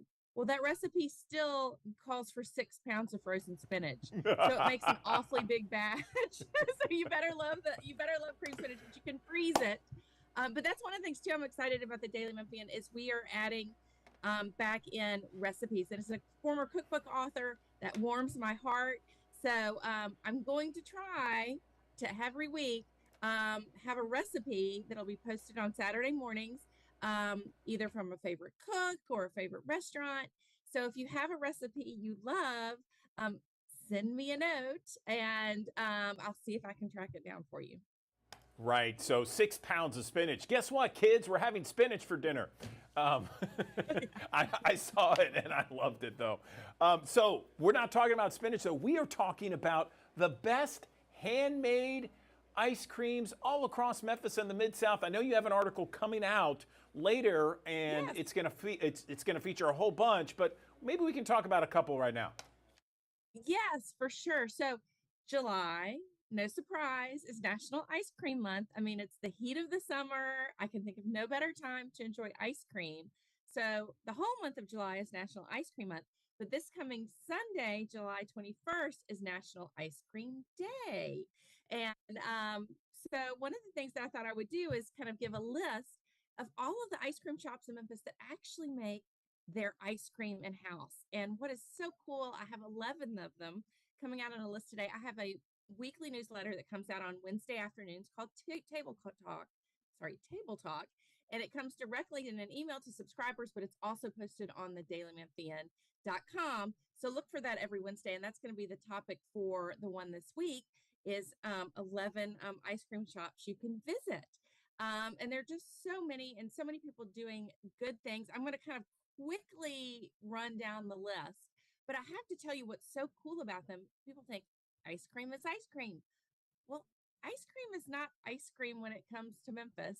Just like everything else, we do everything different and better and unique and put our own spins on it. And each one of these ice cream shops is Memphian owned, family owned businesses, and they are putting their own unique spins on ice cream. So, Andrew, as I go through this list, if you have a favorite one that you go or a favorite flavor, please chime in. So, Got it. I'm going to start downtown and move out east.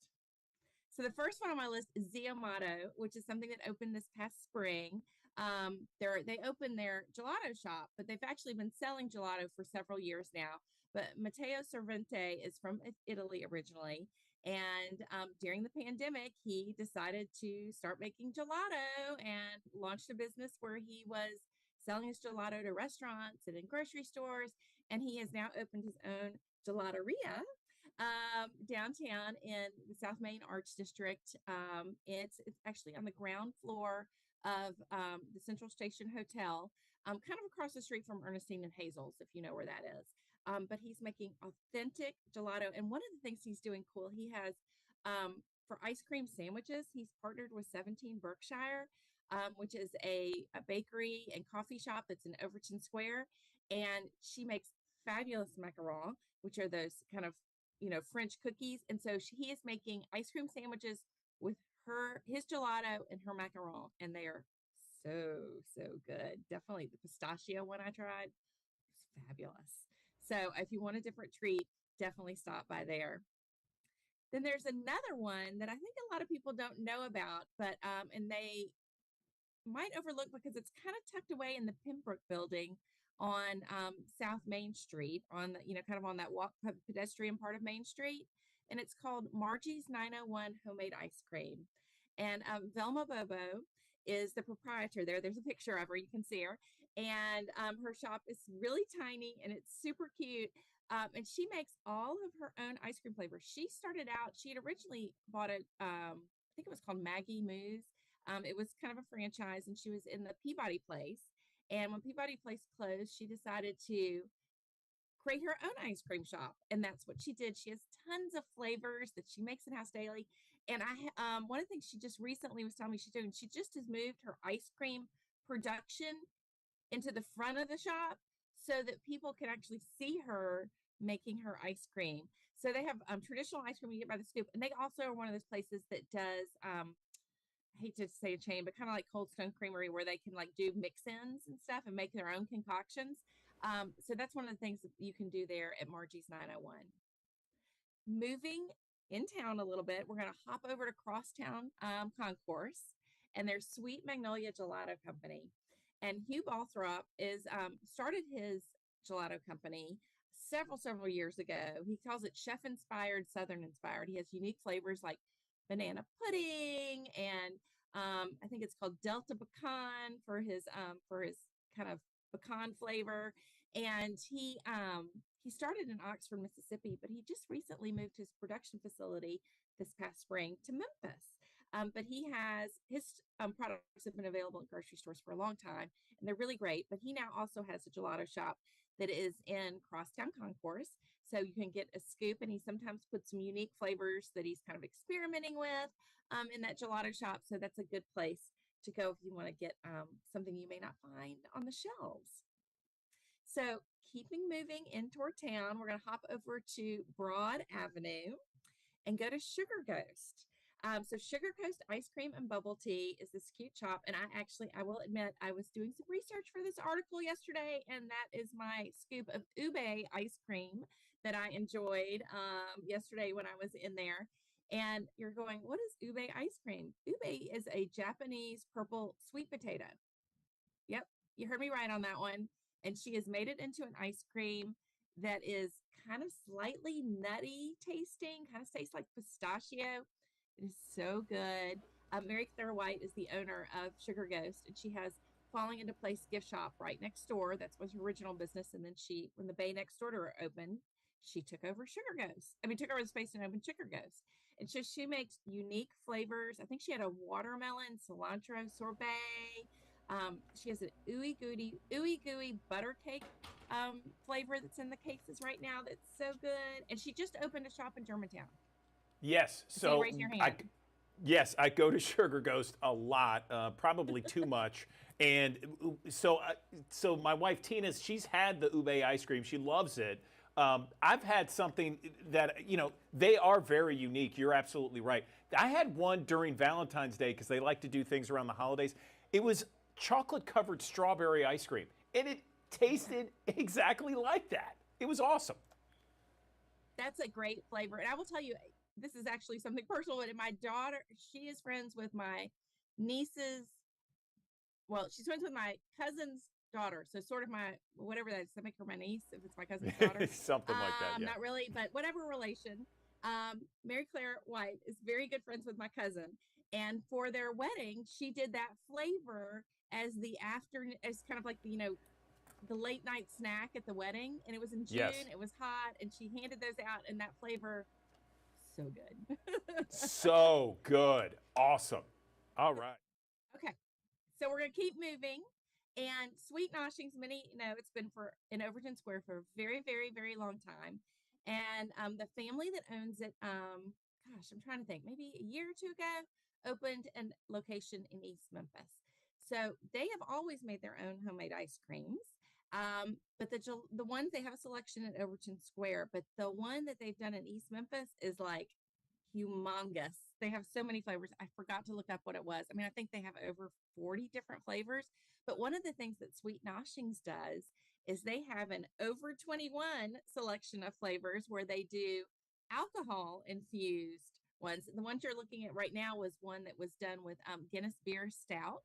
And it had Guinness beer, that chocolate cake you can make with, people make with Guinness beer. It had that crumbled into it. So good. I think for National Ice Cream Day this Sunday, I think she told me that they are making a lychee martini ice cream or sorbet. I can't remember if it's an ice cream or sorbet for a Sunday. So that sounds very interesting for sure. There's also Kay's Pints and Scoops. Her creamer, she calls it a micro creamery, and it is she makes small batch of ice cream using, flavors. We can talk about strawberry. She has a great strawberry flavor. She's located in Whitehaven. If you ever have seen, you actually know her. She does bright pink pint containers, and she has her ice creams in stores across Memphis. But she does open the creamery on Saturdays for people to come in and buy pints and half pints from her. But she does special events every once in a while, and she's going to be open this Sunday afternoon for the National Ice Cream Day celebration, and they're going to be doing her ice creams by the scoop. So definitely go check out Kay's Pints and Scoops in Whitehaven. And then moving on to Summer Avenue, La Michoacana, which I always feel like I'm saying that wrong. It has 5 locations in Memphis, but the one on Summer Avenue, kind of somewhere between like Waring and Graham, is their largest one. And people really think about them for their paletas, for their Mexican popsicles, but their ice cream, they make all their ice creams in-house. And they're so yummy, and they have flavors that are, obviously they have normal flavors, but they also have flavors like pine nut. They have one that's called the Rocher, like those candies that have like the hazelnuts in it. They do a version of that. They have some mango. They have so many interesting flavors to choose from. And again, I forget, dozens are in the case every day. At least so I go to the one on Summer Avenue. And again, that's the largest, so they probably have the largest selection. But what I do is I go get an ice cream and then I grab some Pilates to take home and put in my freezer. Don't tell anyone I do that, but it's a good trick. Speaking of popsicles, we're going to move over to Cordova and Dipstickle. So Dipstickle is kind of like over there kind of near Trinity Commons, and she does popsicles, but she makes them with gelato. She has them with sorbets and some kind of icy ones, but most of them are made with gelatos, and she does unique flavors. And so it's like gelato on a stick, and you can dip it in different kinds of chocolate, and then you can also put it in like cookies or nuts and kind of make your own fancy gelato popsicle creation. And it is so good. And it's a small little shop, and I don't think many people know about it, but it's really great. I follow her on Instagram, and she's always doing kind of different flavors and things like that. So every time I'm in Cordova, I try to stop by there. And then I've got one more in Collierville that I'm going to talk about, kind of out east in that direction, which is Levy Creamery. And it is over there kind of by, I think it's Houston Levy, and obviously because of the levee, and oh my gosh, I'm drawing Wolf River. Like on the street. Wolf River Boulevard. Wolf River, thank you. So they have fun flavors. This is the Fruit Loop flavor that they do. That's one of their crazy flavors. It's so good. It tastes just like, cereal milk and Fruit Loops. So if you remember that from your childhood, you're going to love that. They have their Oreos, their kind of cookies and cream Oreo flavor is called Mustang Madness after Houston High School. And but it is like cookies and cream on steroids. It has like so many more cookies in it than you would get at any store-bought cookies and cream ice cream. It is so good. And they make all their ice creams in-house. So we're going to have two more stops on my list. Hop over to DeSoto County to Hernando, and Area 51 is a great ice cream shop. They used to have one in Memphis, and I hate that they don't anymore because Hernando is not really on my driving path, because if it was, I'd be there all the time. But she has really great flavors, and they really do. It's family owned, and they do a lot of seasonal things. And their blackberry goat cheese flavor has won like national awards, and it comes out in the summer during blackberry season. So watch their social media when it comes out. It is worth driving down there, and just believe me, you're going goat cheese and an ice cream. It's tart. It is paired with the blackberries. It is so good. It's worth the drive down there. And then the last one is one that's been around for forever. Velvet Cream. It's nicknamed the Dip. It's been around forever. And I don't know if people realize that they do make all 30, I think it's 34 flavors by scratch. And then they do all, sundaes and all these different concoctions. I think I once read that it was like well over 100 different ice cream things you could get off the menu there, which is kind of fun. That's kind of like going old school when you go to the Velvet Cream, or the Dip as it's called in Hernando. So that is my roundup. There's more about all of these different places. Will be up on the dailymemphian.com. Look under the Table Talk tab, because that's where my weekly newsletter is. And it also kind of tells you about the news going on that you may have missed this past week in the restaurant industry. Fantastic. Jennifer Chandler, it's been far too long. So glad you're back with us, back in the fold, the Action News 5 family. Great to have you back. Thank you so much. Can't wait to eat some ice cream. You scream, we all scream for ice cream. Jennifer, thanks. For sure.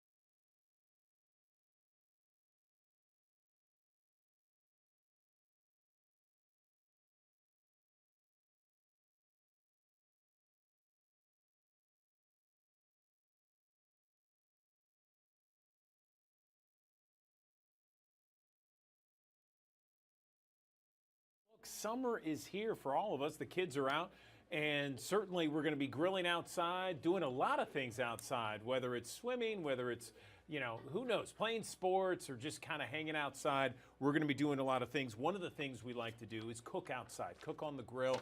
We want to make sure we follow some safety guidelines. Let's talk a little bit more about that with Jarita Collins. She is with Regional One Health and here to talk more about some safety, simple safety tips, suggestions, ideas to make sure we are safe when we're outside, maybe cooking up, firing up the grill. Where do people make the most mistakes, Jaretta, when it comes to eating outside? Good morning. Good morning, Andrew. Most people make mistakes because they leave their grill unattended, and that's a big no-no because an unattended grill can get out of hand pretty quickly. So I just would like to share a few tips about how to make sure that you stay safe when you're grilling so that you can enjoy the food, the fun, the family, and the fun all summer long. I love that. I love that. Well, let's hear it. Okay, so when you are setting up your grill, you want to make sure that you're in a place that is outside. You only want to use your grill outside because using a grill indoors can lead to carbon monoxide poisoning. So only outdoor grilling is allowed. We want to place the grill well away from our house, any deck railings, any overhanging branches, because we don't want anything to catch on fire unexpectedly. We want to light our grill with the lid open to prevent gas buildup and a possible explosion upon opening the grill. And always keep the pets and the children at least 3 feet away when you're grilling. Any differences when it comes to charcoal versus a gas grill? I mean, I know gas can be a little bit more volatile, and certainly you want to have that outdoors as well, and along with the charcoal grill. But I'm trying to think of any differences for those two. Well, specifically with the charcoal grill, if you're going to use charcoals, then you want to make sure that you use starter fluid, that is charcoal starter fluid. So always empty the old ash in your charcoal grill because you want to avoid obstructing vents and you want to prevent those uncontrolled temperatures that can happen when you're grilling. And never leave your grill unattended, whether it's a propane grill, whether it's a charcoal grill. You want to make sure that you always stay close by or have someone monitor their grill when you're grilling outside. Okay. What main point do you want people to leave when it comes to grilling outside, making sure? I mean, I know that we have to keep certain hot foods hot, certain cold foods really cold. But what else can we talk about for the thousands of people that watch us each and every morning? So when you're grilling, you want to make sure that you have your grill on stable ground because some of those legs may be a little bit uneven. So if you have your grill on stable ground, that helps to prevent it from tipping over, and you don't want to start a fire. So stable ground is a definite yes. Also, you want to make sure to keep your grill clean, any type of grill clean. You want to remove the grease and the fat buildup from the grates and in between those trays on your grill. This can reduce the risk of danger, and also it can help to improve the flavor of your food. And again, always monitor your grill. Never leave it unattended. Such good advice, Jarita Collins with Regional One Health. Nice to see you again. Glad you made it on the digital desk. Happy summer to you, and happy summer to all of us here in the Mid-South. We appreciate those tips.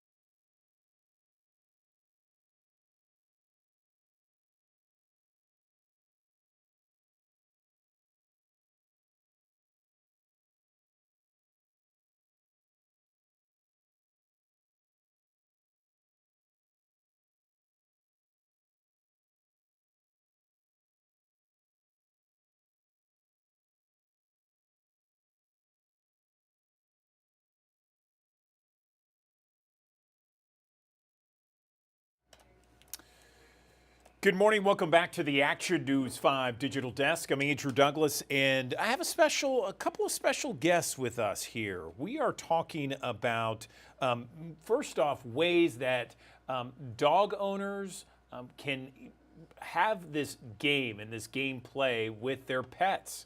And I'm joined right now by San Francisco's fullback, an all-pro, Kyle Juszczyk, and his wife, Kristen. They're joining us on the Digital Desk to talk more about this fun game. Two people who are very successful in what they do. Of course, Kyle is one of the best fullbacks in the NFL, and Kristen is a designer of clothing. And now there is this game that dog owners and dogs can play alike. Good morning to you both. How are you?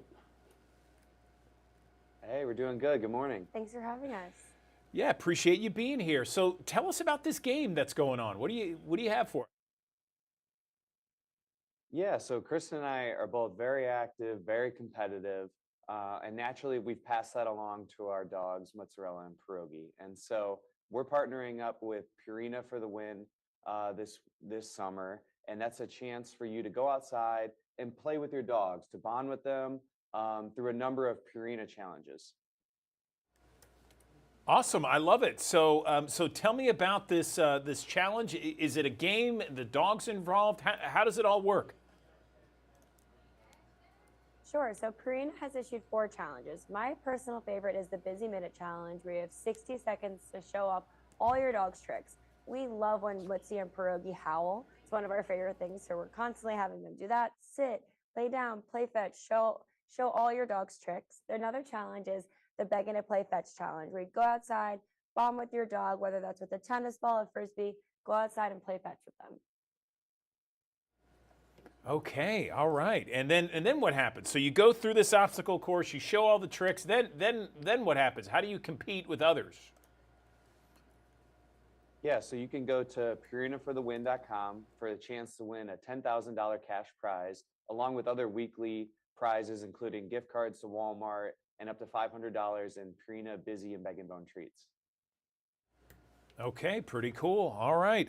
Well, before I let you guys go, Kyle, tell us what you've been doing in the offseason and getting ready for the upcoming year. I know we got a lot of 49er fans in Memphis and the Mid-South.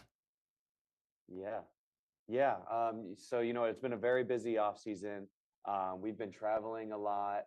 I'm always training. You got to stay ready, because at the end of the day, you got to play ball. And we like to include our pups with that. So a lot of me staying ready for the season is me getting outside and, quite honestly, playing with my dogs, getting down on the ground, getting on their level, and just staying active. Because at the end of the day, that's what it's all about, is getting out there and being active. Okay. Well, thank you both. Appreciate it. Kyle, Kristen Juszczyk joining us on the Action News 5 Digital Desk. Thank you so much. Thank you so much. All right, another live look from our High Five camera there in Midtown Memphis. We're at 73 degrees at 9:01. We got your forecast in 60 seconds.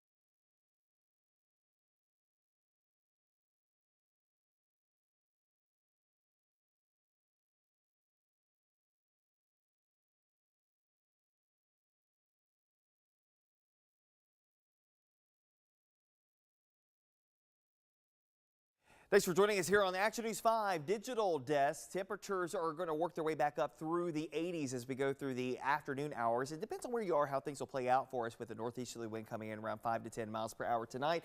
Upper 60s and low 70s, partly cloudy, a passing shower or storm. Best chances, though, of rain likely for areas along into the south of the I-40 corridor as an area of low pressure winds up and moves off towards Middle Tennessee later on today. We should have a fairly quiet weekend, maybe a few passing showers from time to time. time. Probably our best chances for rain, though, coming up for the latter half of Sunday, but still some sporadic downpours from time to time. The best chances, though, will tend to be along and south of I-40. High pressure to the south and east of us, low pressure to the north and west of us, and that funnel effect right along that stalled frontal boundary will keep our weather pretty unsettled in the extended range. So once we get into next week, the weather's going to turn pretty unsettled and stay pretty unsettled with waves of rain and storms to contend with, a lot more clouds, and the opportunities for some rain and storms. Here's a look at that first alert futurecast looking ahead to Sunday and beyond. And again, you'll see some sporadic downpours developing on Sunday afternoon. Still a mixture of clouds and sunshine otherwise. Heading into your Monday, we'll go 70s to start off the day. And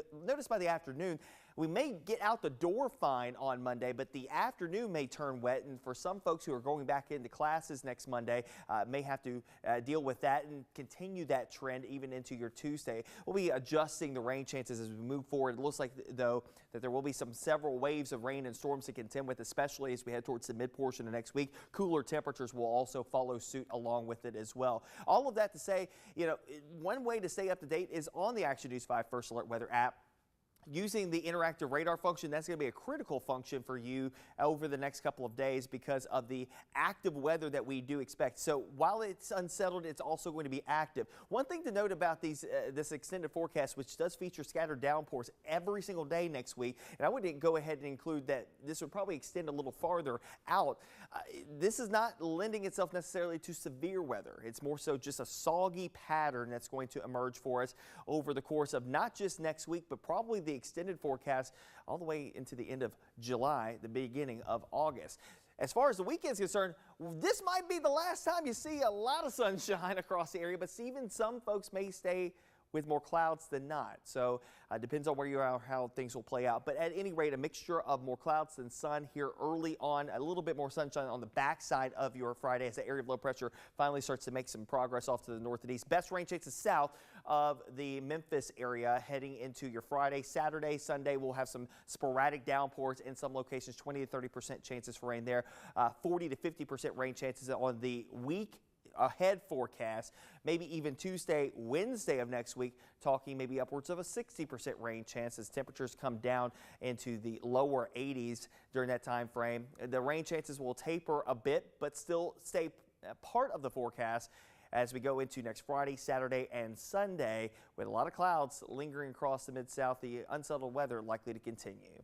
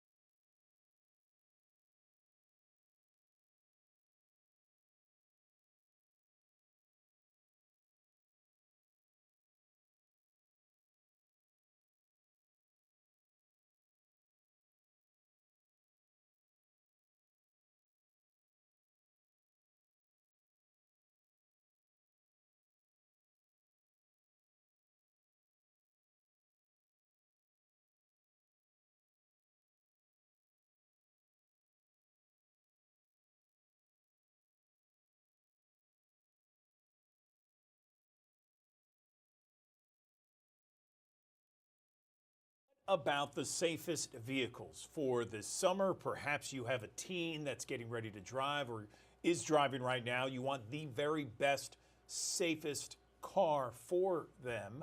And how do you find it? Well, let's bring in someone that can maybe give us some pointers with that. I'm joined now by Brian Moody, Executive Director of Kelley Blue Book. Brian, appreciate you joining us on the digital desk. I was actually on your site last night looking up the value of my car. It's a great site. I love it. But let's focus on this summer and some of the safest vehicles out there for the family and for the teens. What's kind of the number one thing we should all be looking for when we want that safe car? Well, the first thing is when you're looking for a car for a kid or a teen, maybe even a first-time driver, the kind of car they want might not be the best car for them. So you have to kind of compromise a little bit. You don't want high-performance cars, and you don't want something that sits high off the ground. There are some exceptions, of course. Some kids have grown up in a rural environment. They've driven tractors and lots of stuff. They can handle all that. But for the average kid, High off the ground is a no-no. Big, high horsepower cars, that's also a no-no. And by the way, those things can affect your insurance rate. What you want is a good, safe car that's reasonably reliable, that has certain features from the factory. So you want airbags, of course. You want side head curtain airbags that protects your head in case of a side collision. You want traction control, and you want stability control. You can opt for a parking camera, but that's not necessary because you can always add that later. So don't get caught up in finding a car that has a parking camera from the factory. You can always add that to a car later, and it's not that much money. Do you think a car would be the best option for some of those teens out there, or do you think maybe a small SUV? What do you think? A small SUV could be okay if it's relatively low to the ground, say something like a Honda CR-V, something like that. Cars are best. What's interesting is a lot of kids have been telling me they prefer cars because being high off the ground makes it difficult for them to judge their surroundings. And a lot of kids have also been saying, well, I don't want an SUV. That's what my parents drove. That kind of thing happens from generation to generation. Think about what we didn't want. We didn't want station wagons. So cars are a good place to start. Cars, sedans especially, are also affordable because they're not in super high demand. All those safety features I just mentioned, all of those features, you can find that on a car for less than $10,000. Good deal. That's a good piece of advice. What about the safest vehicles for families out there? Summer road trips underway here. The best and safest car for that family? Yeah, if you look at the government crash test ratings, which is the NHTSA.gov, that's the place where they publish their crash test results. You want a car that's a 4 or 5 stars at least, and then there'll be little notes in there. Sometimes they test a car that has optional equipment, so you want to look for that if you're buying a new car.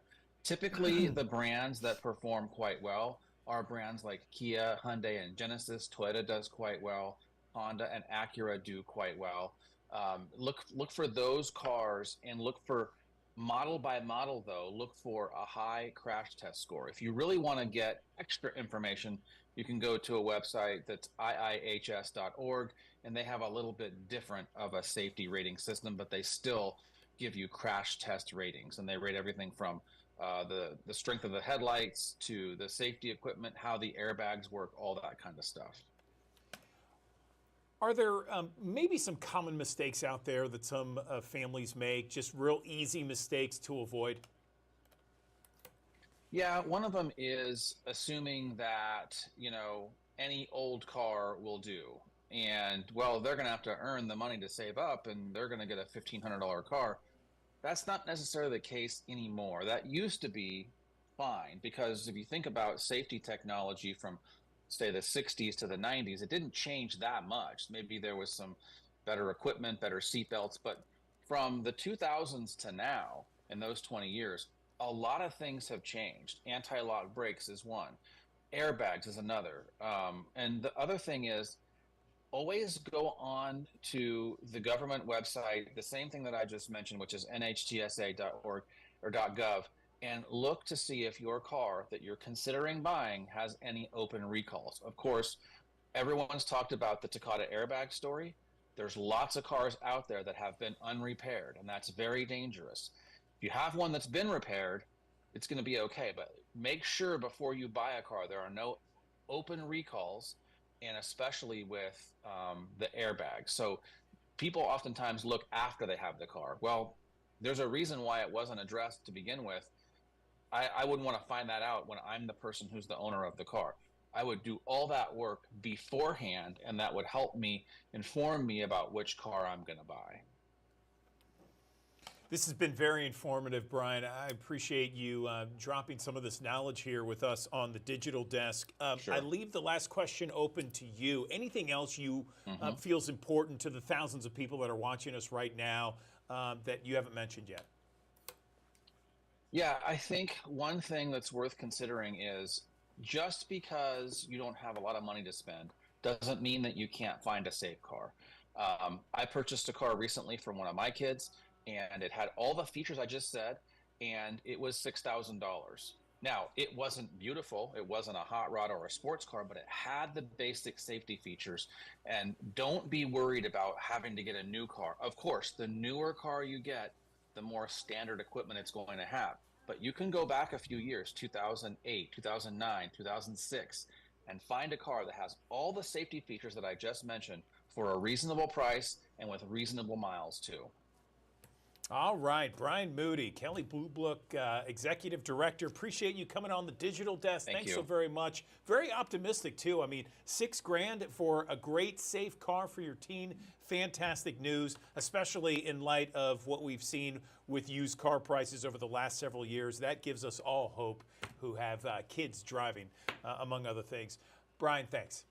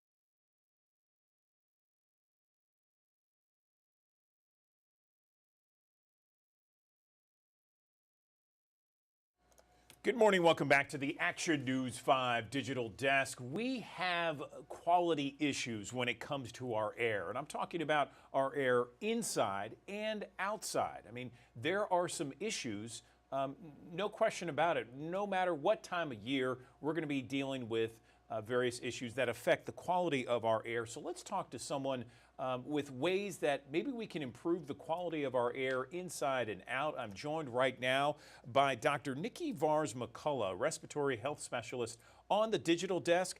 Dr. McCullough, thank you for joining us here. Let's talk about some of the issues that contribute to poor air quality. Good morning. Good morning, and thank you for having me. Air quality can be poor when we have things like droughts, which put dust and dirt into the air, or if there's wildfires, that can put smoke in the air, and certainly vehicles and factories, they also contribute to air pollution. Yeah, I get that.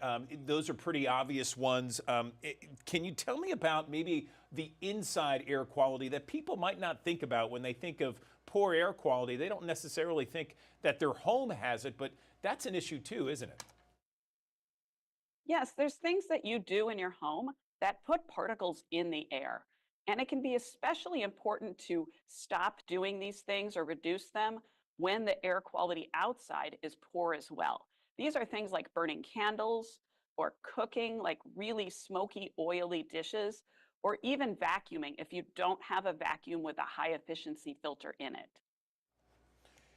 Now, I understand that there is an air quality index, Dr. McCullough. It's monitored by the EPA. Can you tell me a little bit about that and how can we benefit?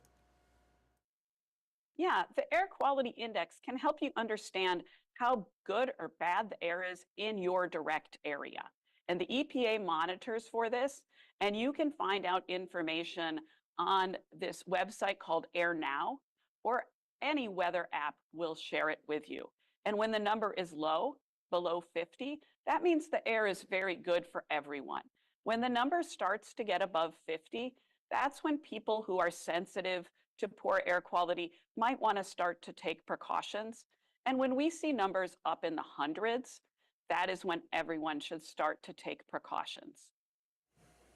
So how do we improve or maintain good air quality inside of our home? You mentioned a few things with the vacuum and cooking with certain oils that give off a lot of smoke. Anything else to maybe improve our air quality inside?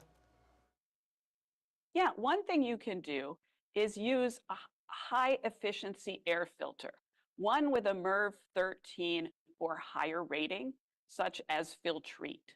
Now, if you have an HVAC system in your home, You can close your windows and doors and put a high efficiency air filter into your furnace and run that continuously. I live in a home that has radiators, so I don't have forced air. I use portable air cleaners with a high efficiency filter.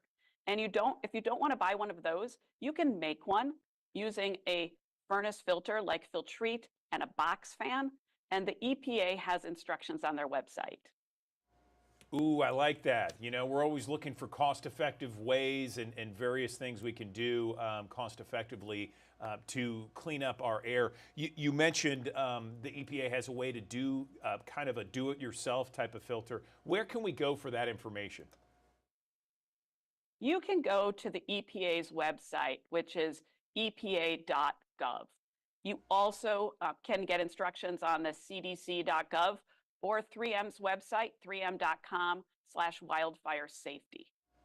Okay, Dr. Nikki Vars McCullough, we appreciate your time. Thank you so much for giving us some helpful hints to really improve that air quality all around us. Appreciate it.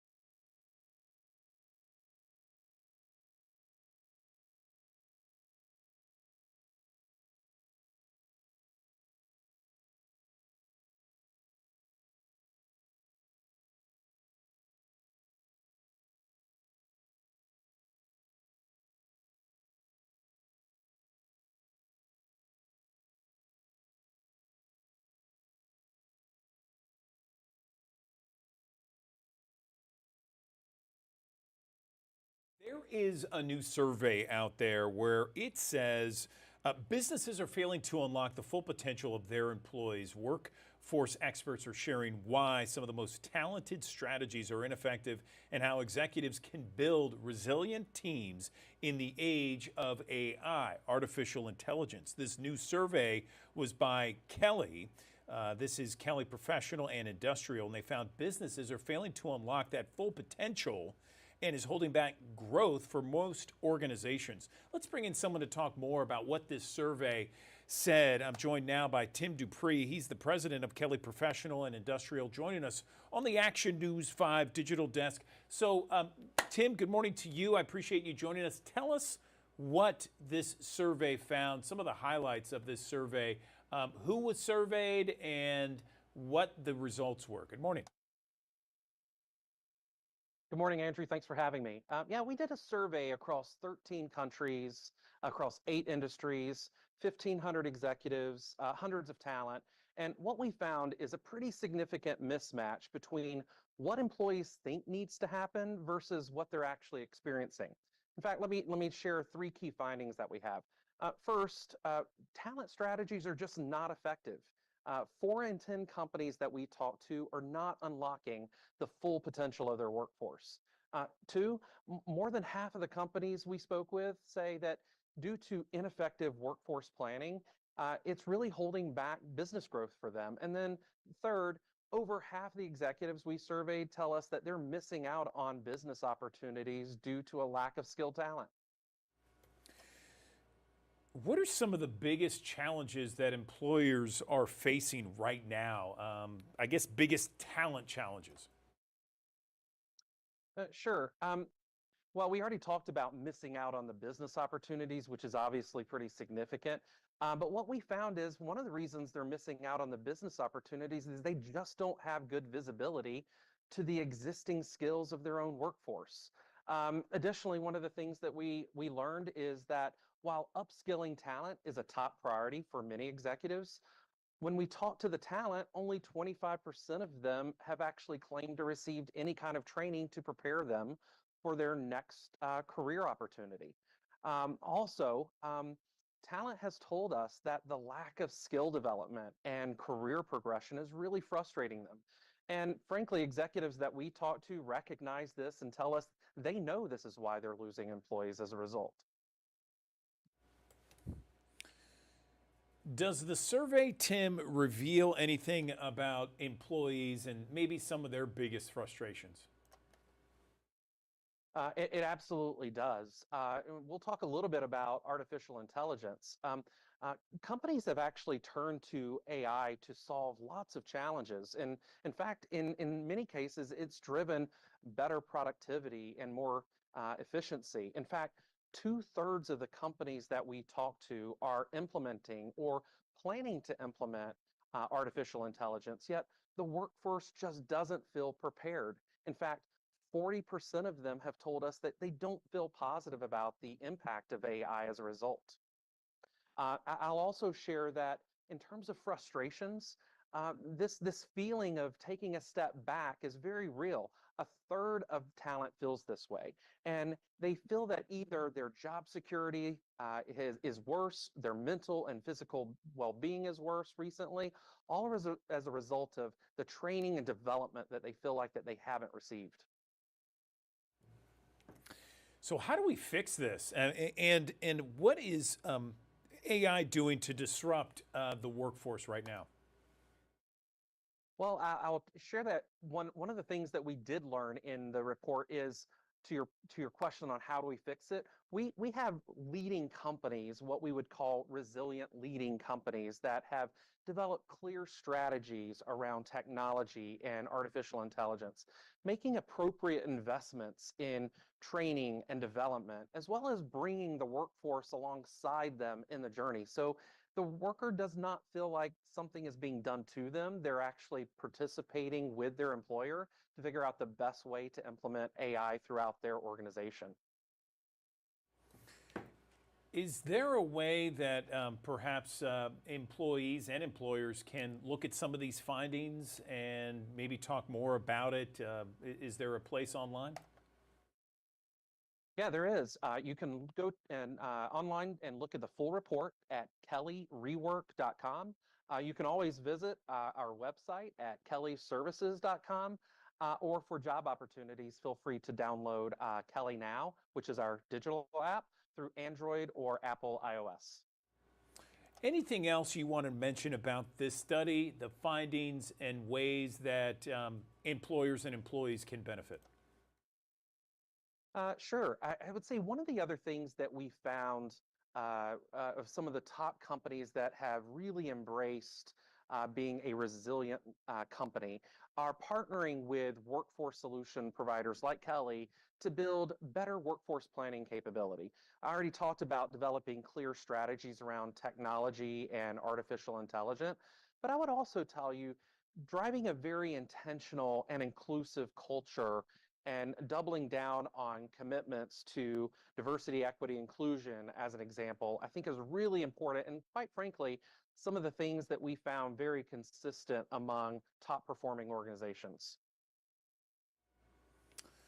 Okay, Tim Dupree, Kelly Professional Industrial President. We appreciate your time. Thanks for breaking down this study, and hopefully some people will really be able to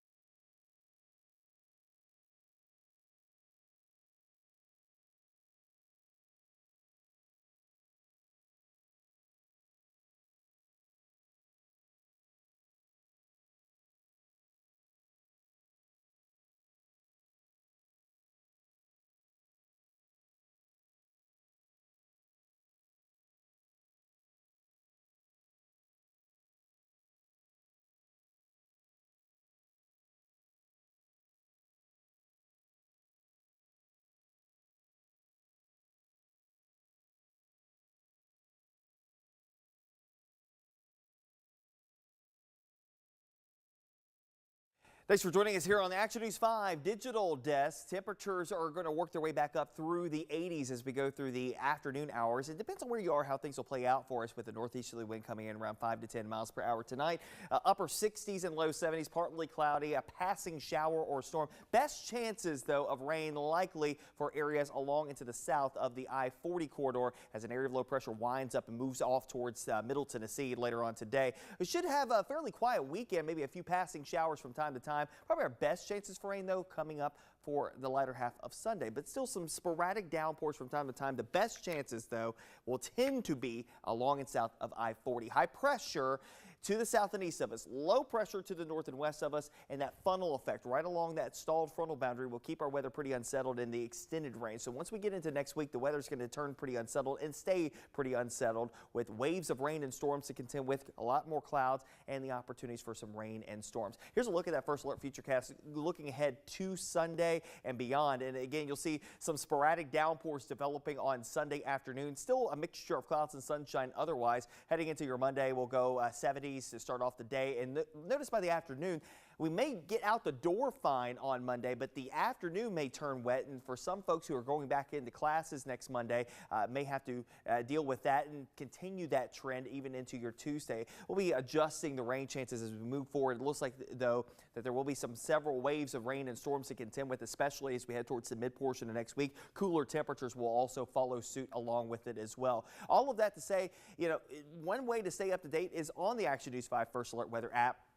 Using the interactive radar function, that's going to be a critical function for you over the next couple of days because of the active weather that we do expect. So while it's unsettled, it's also going to be active. One thing to note about this extended forecast, which does feature scattered downpours every single day next week, and I would go ahead and include that this would probably extend a little farther out.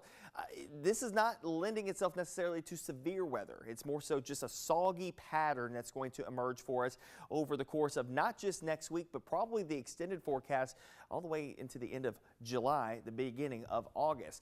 As far as the weekend's concerned, this might be the last time you see a lot of sunshine across the area, but even some folks may stay with more clouds than not. So depends on where you are, how things will play out. But at any rate, a mixture of more clouds than sun here early on, a little bit more sunshine on the backside of your Friday as the area of low pressure finally starts to make some progress off to the north and east. Best rain chances south of the Memphis area heading into your Friday. Saturday, Sunday, we'll have some sporadic downpours in some locations, 20 to 30% chances for rain there, 40 to 50% rain chances on the week ahead forecast, maybe even Tuesday, Wednesday of next week, talking maybe upwards of a 60% rain chance as temperatures come down into the lower 80s during that time frame. The rain chances will taper a bit, but still stay part of the forecast as we go into next Friday, Saturday, and Sunday with a lot of clouds lingering across the Mid-South. The unsettled weather likely to continue.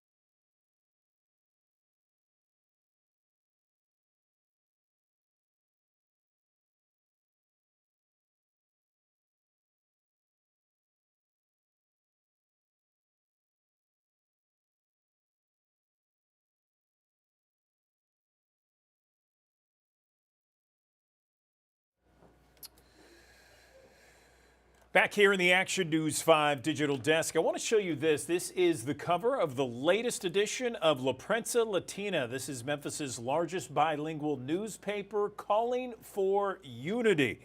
After the assassination attempt of former President Donald Trump. Let's bring in the CEO of La Prensa Latina right now, Jairo Aguirre, joining us on the Action News 5 digital desk. Jairo, good morning to you. How are things? Good morning, Andrew. I'm doing great. How about yourself? Doing fine, doing fine. So, so tell me about this. This is quite the iconic picture.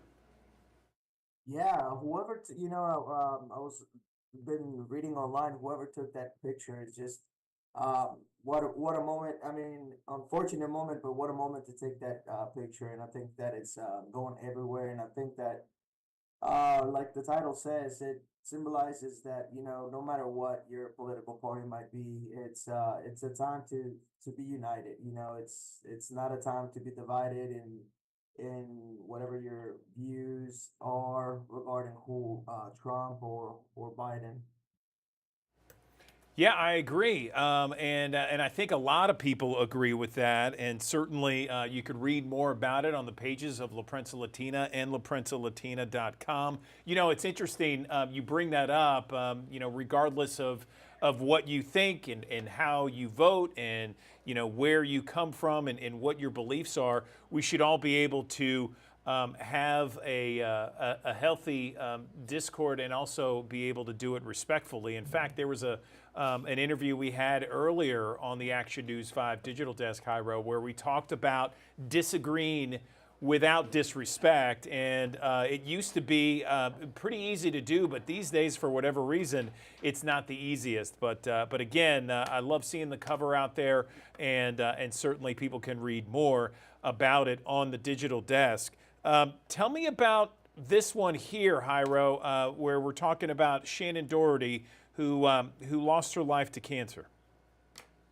Yeah, so Shannen Doherty, she's had been battling cancer for a while now, breast cancer, which that's one of the things what we want to focus on, bringing more awareness, especially I think breast cancer's awareness is next month. But Shannen Doherty, who was in Beverly Hills 90210, she's a famous actress, and one of the things that prior to there's two things that kind of stood out. One of them was her way of organizing her passing away, that she knew she was going to pass away. So she knew what to do with her remains. She settled her life, all her situations. But the other interesting thing too is that a lot of people don't know is that she's a native Memphian. She's actually from Whitehaven. So when I was talking to Miguel, who was our editor, he was like, that's a super interesting fact, and I think that most people are probably not gonna know that, and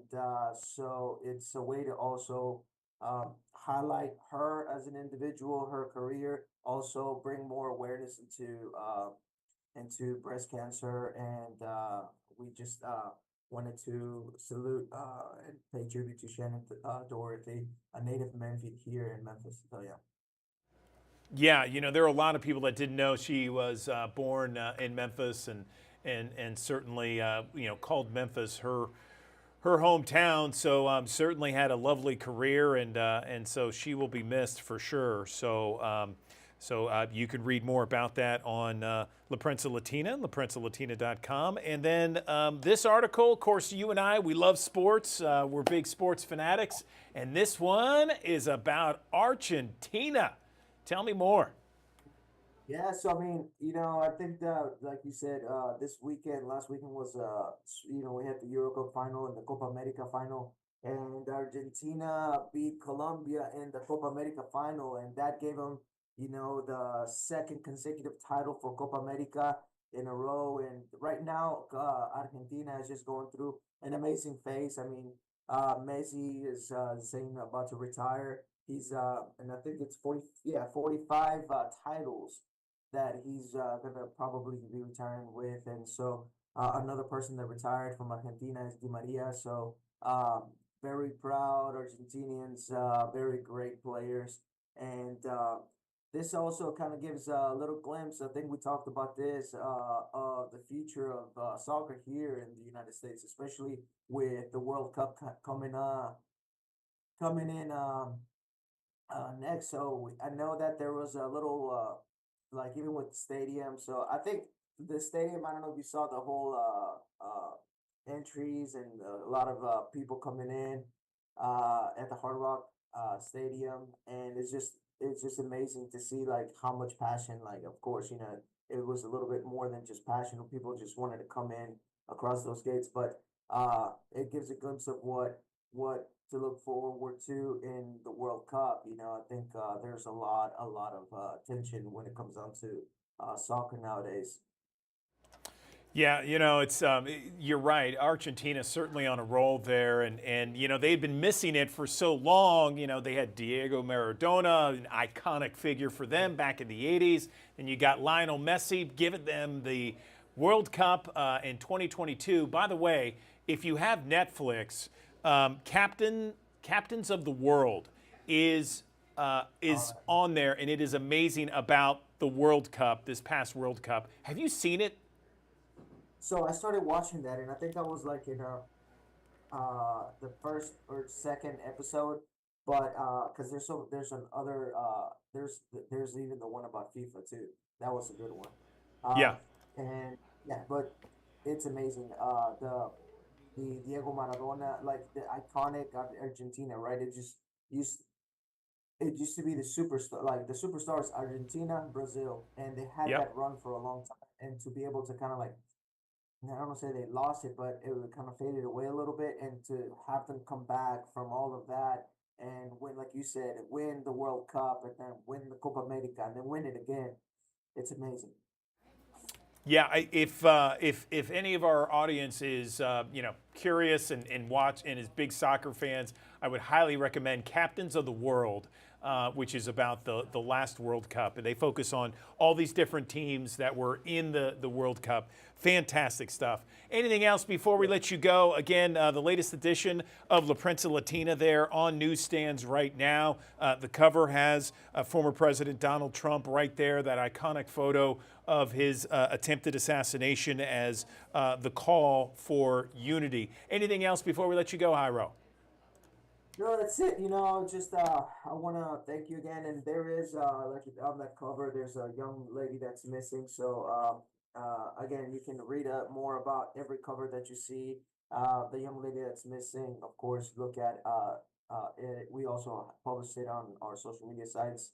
So you can also follow us on our social media at La Prensa Latina Media and LaPrensaLatina.com, like you said, and all of the newsstands where you can find us at your supermarkets, also like at any of your favorite libraries too as well. So we distribute to all the libraries here in Memphis. So I wanna thank you. Fantastic. Yeah, Fantastic, Jairo. Thank you. Have a great weekend. you too. Thank you. All right. Another live look from our High Five camera downtown Memphis on this Friday. 74 degrees, 9:40 is the time. It is looking mighty fine. Back in 1 minute on Action News 5's Digital Desk.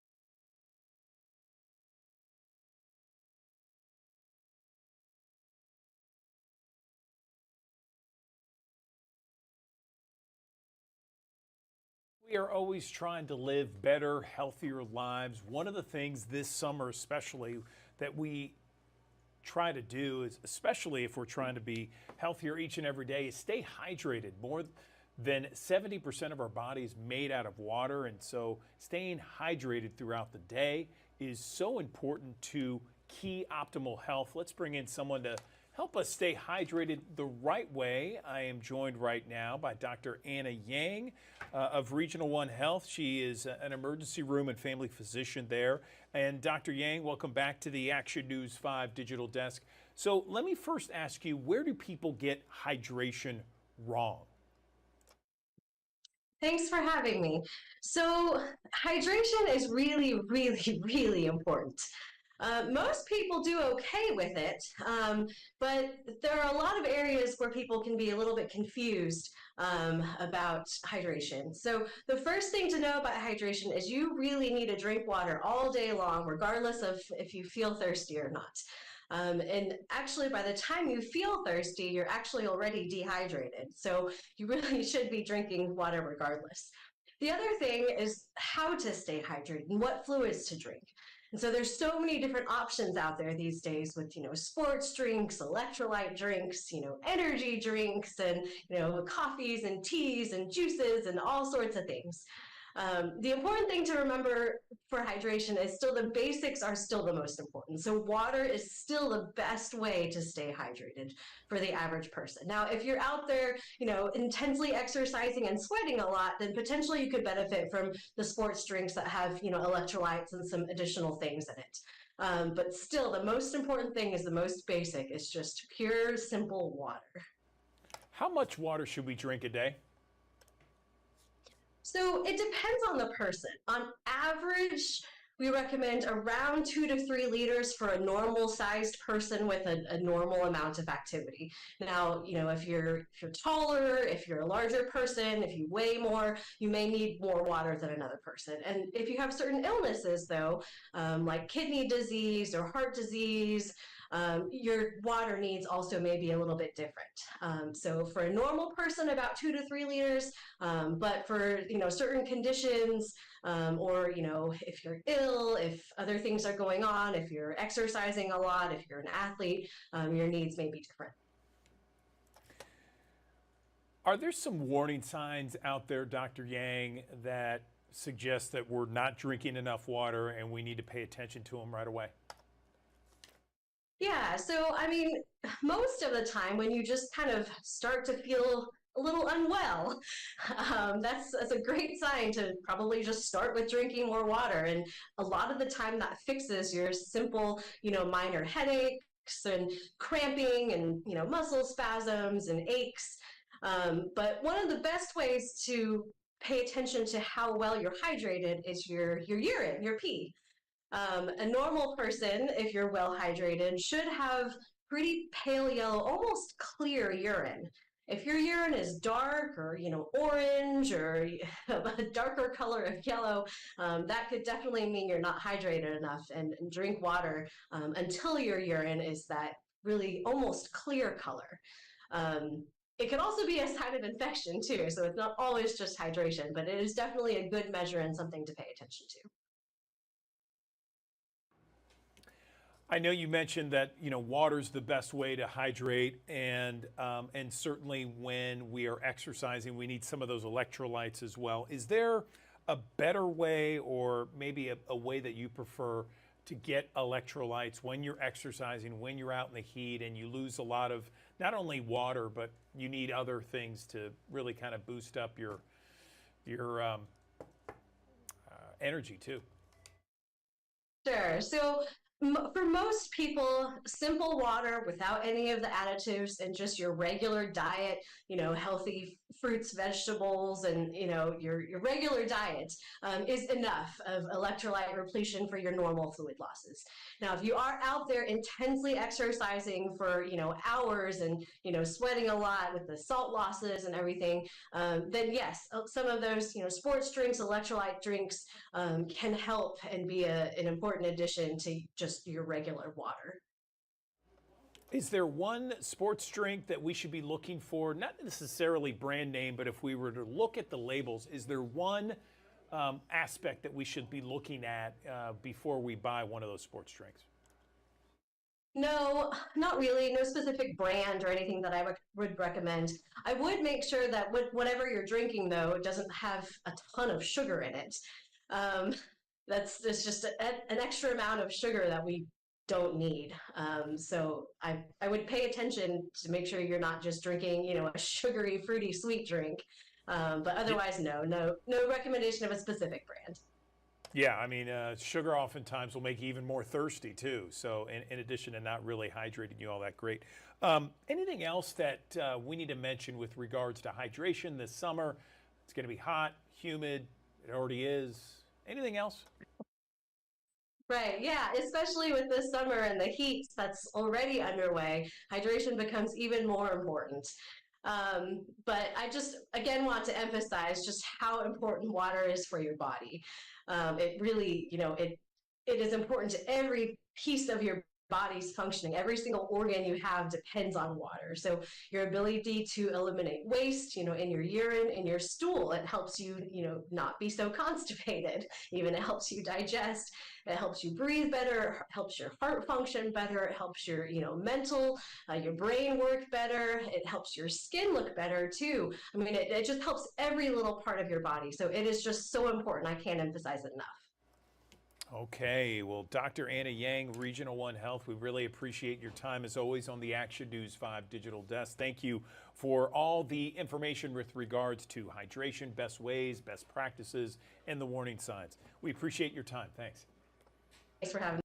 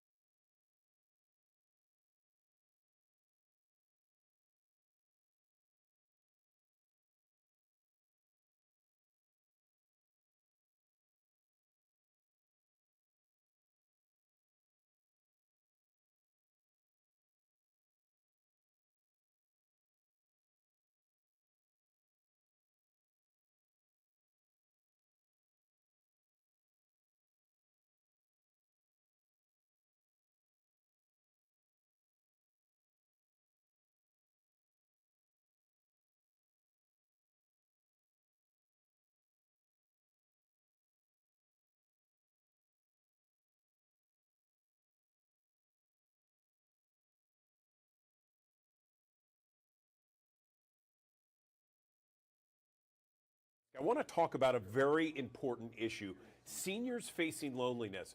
And here's the thing, it is detrimental to their health, physically, mentally.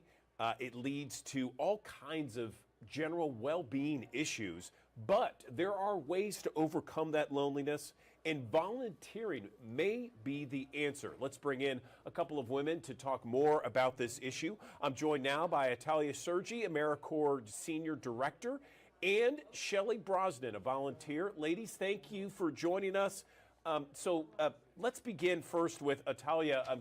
Good morning to you. Can you tell me how bad this issue is when it comes to seniors and loneliness? Good morning. Good morning. The U.S. Surgeon General has released a report that shares with us that we are in the midst of a loneliness epidemic. And loneliness and isolation can have far-reaching impacts on a person's health and well-being. For older adults specifically, social isolation and loneliness can contribute to depression and anxiety. The report does have some good news in it. The biggest takeaway is the impact that social connections can make, and volunteering with like-minded other adults getting out into the community can really increase the social connections for older adults. And that can help improve mental, physical, and cognitive health. Yeah, I totally see how this could happen. Of course, we talk a lot here at Action News 5 about how social connections are so critical for so many people, especially our seniors out there. Tell me more about how volunteering can really help bridge the gap, I guess you could say. Yeah, so AmeriCorps is the federal agency for national service and volunteerism. And AmeriCorps seniors, we focus on adults that are 55 years of age and older, engaging them in service, helping them to make those connections through our 3 signature programs. We have the RSVP program, the Foster Grandparent program, and the Senior Companion program. And so it really helps them to get out in the community, to make connections, to find purpose, and those connections become really important. So Shelly, who is here with me today, has been an RSVP volunteer since 2016, and she really values those connections that she has made through her volunteerism. Yeah, Shelly, over to you. I'd like to just kind of dive in a little bit to what was just said. I mean, volunteering from your perspective, because I understand you're a volunteer, what have you seen? I think it makes a big difference. It makes a big difference in my life. It's very important for me, but I also feel that I know that I'm giving back to my community in a very purposeful way. I'm helping seniors that might not be able to get to medical appointments or get groceries, have a chance to be able to do that. They maybe don't have family around, or they're not driving anymore. They can now get to those appointments and get to the grocery store because of volunteers who are out there helping them. And it's a real, I think volunteering it's kind of a win-win situation, because it does as much for me, for my life, as it does for the person that I'm helping. And there's so many ways to give back. You can commit as much time as you would like to volunteering. I do about 10 hours a week, and I still have time to travel, read, exercise, visit with my family and friends, and I've made a lot of friends. So it's widened my social circle through volunteering. I've made friends, and we get together outside of volunteering, but we also see each other at volunteer events. So we build up each other's lives also, along with helping our community. That's fantastic. I appreciate you sharing with us. I agree. Volunteering can do wonders for both the person who volunteers and the organization or the people who benefit. I just wanted to ask, Atalia, back over to you. Tell me how AmeriCorps is involved. I mean, we have thousands of people that watch us each and every morning here on the Digital Desk. If they see this and they want to help out through AmeriCorps, for example, what's the best method to do that? So we have our three signature programs. RSVP, as Shelley has shared, has flexible scheduling, a variety of things you can do. The Foster Grandparent Program connects volunteers with children and youth to help support them with their academic development. And then our Senior Companion Program provides volunteers the opportunity to give a helping hand to other older adults and those with disabilities, and to support caregivers. So in your area, we have a Foster Grandparent Program, and they support children to develop their literacy skills. They help children who are struggling with their social emotional development. And they also are working alongside early childhood educators. So we have a pilot program where older adults are working in those early childhood centers and have the opportunity, if they want, to become an early childhood assistant. So there are many opportunities. And if you want to learn more, go to AmeriCorps.gov/yourmoment. It'll take you to our website. You can find volunteer opportunities. You can find a little bit more about each of the programs I mentioned. Okay, Atalia Surgery and Shelley Brosnan, we really appreciate your time this morning. Thank you so much for letting us know about this issue that is currently facing our seniors out there and ways to overcome it. We appreciate it. Thank you. Thank you.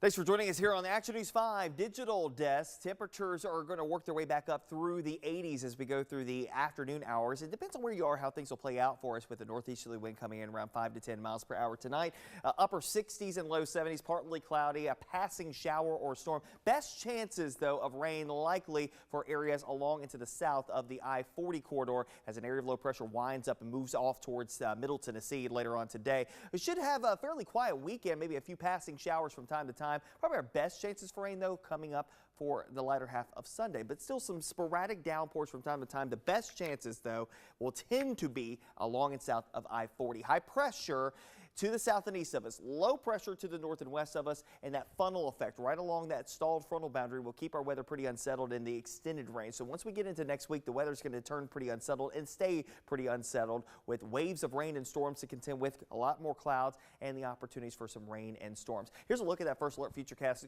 looking ahead to Sunday and beyond. And again, you'll see some sporadic downpours developing on Sunday afternoon. Still a mixture of clouds and sunshine otherwise. Heading into your Monday, we'll go 70s to start off the day. And notice by the afternoon, we may get out the door fine on Monday, but the afternoon may turn wet. And for some folks who are going back into classes next Monday, may have to deal with that and continue that trend even into your Tuesday. We'll be adjusting the rain chances as we move forward. It looks like, though, that there will be several waves of rain and storms to contend with, especially as we head towards the mid portion of next week. Cooler temperatures will also follow suit along with it as well. All of that to say, one way to stay up to date is on the Action News 5 First Alert Weather app.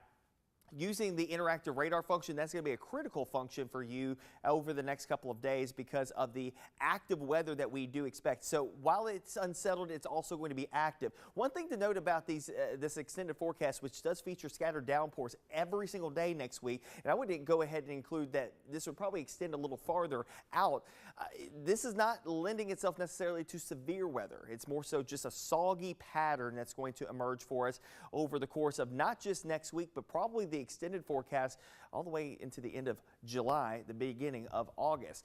As far as the weekend's concerned, this might be the last time you see a lot of sunshine across the area, but even some folks may stay with more clouds than not. So depends on where you are, how things will play out. But at any rate, a mixture of more clouds than sun here early on, a little bit more sunshine on the backside of your Friday as the area of low pressure finally starts to make some progress off to the north and east. Best rain chances south of the Memphis area heading into your Friday. Saturday, Sunday, we'll have some sporadic downpours in some locations, 20 to 30% chances for rain there, 40 to 50% rain chances on the week ahead forecast, maybe even Tuesday, Wednesday of next week, talking maybe upwards of a 60% rain chance as temperatures come down into the lower 80s during that time frame. The rain chances will taper a bit, but still stay part of the forecast as we go into next Friday, Saturday, and Sunday with a lot of clouds lingering across the Mid-South. The unsettled weather likely to continue.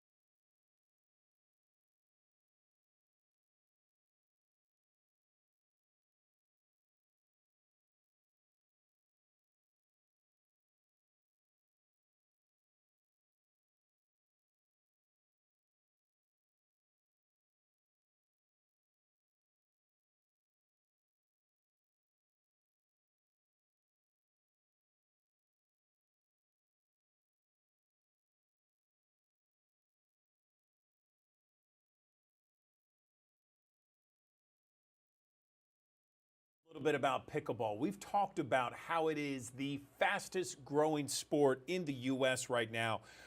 There has been a report released, 36.5 million people have played pickleball at least once in the last year. That's 14% of the adult population.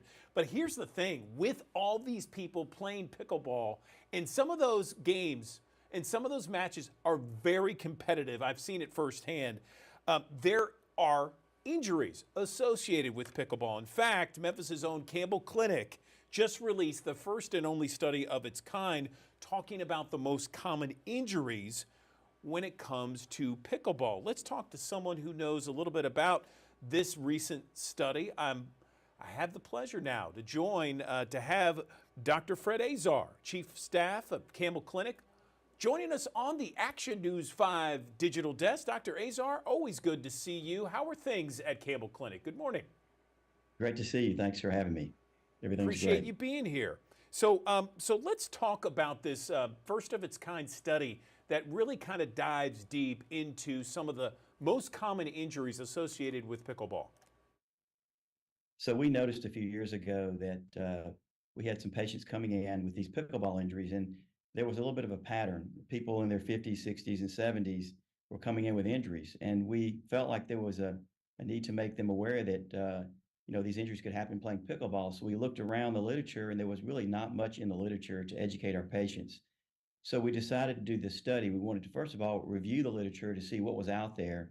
And secondly, we launched a survey so we could get our patients to participate in this survey to give us information that we could provide broadly. So we published this study. It's not published yet, but it's been accepted for publication. It'll be out soon. It's got information on raising the awareness of pickleball injuries, review the literature, and also we've included our survey with some information there on some recommendations on how to avoid injuries. So let's talk about some of the most common injuries that you saw in this study when it came to pickleball.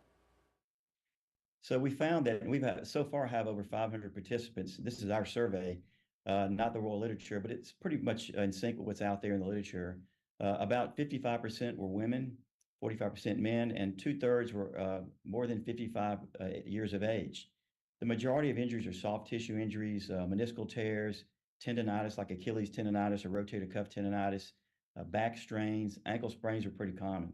About 40% were fractures, the most common being wrist fractures from falls, usually backwards when attempting to go back to make a shot.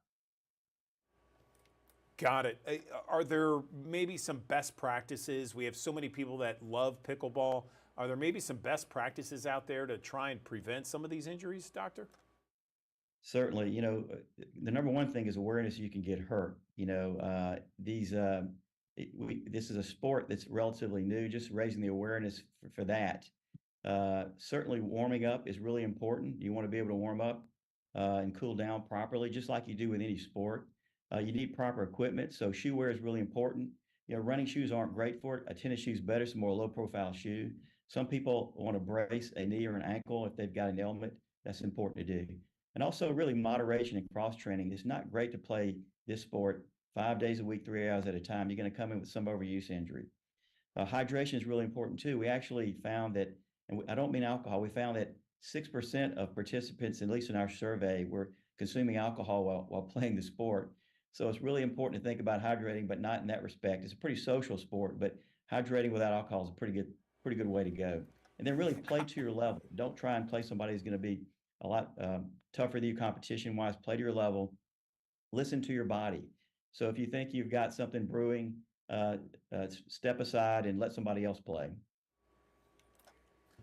Alcohol during pickleball, that sounds crazy and scary and something that no one should be able to do. I mean, because it's not like golf. Yeah, I mean, there's a lot going on there. I mean, where I work out at my gym, there are pickleball courts, and they're always packed, and there are some fierce games.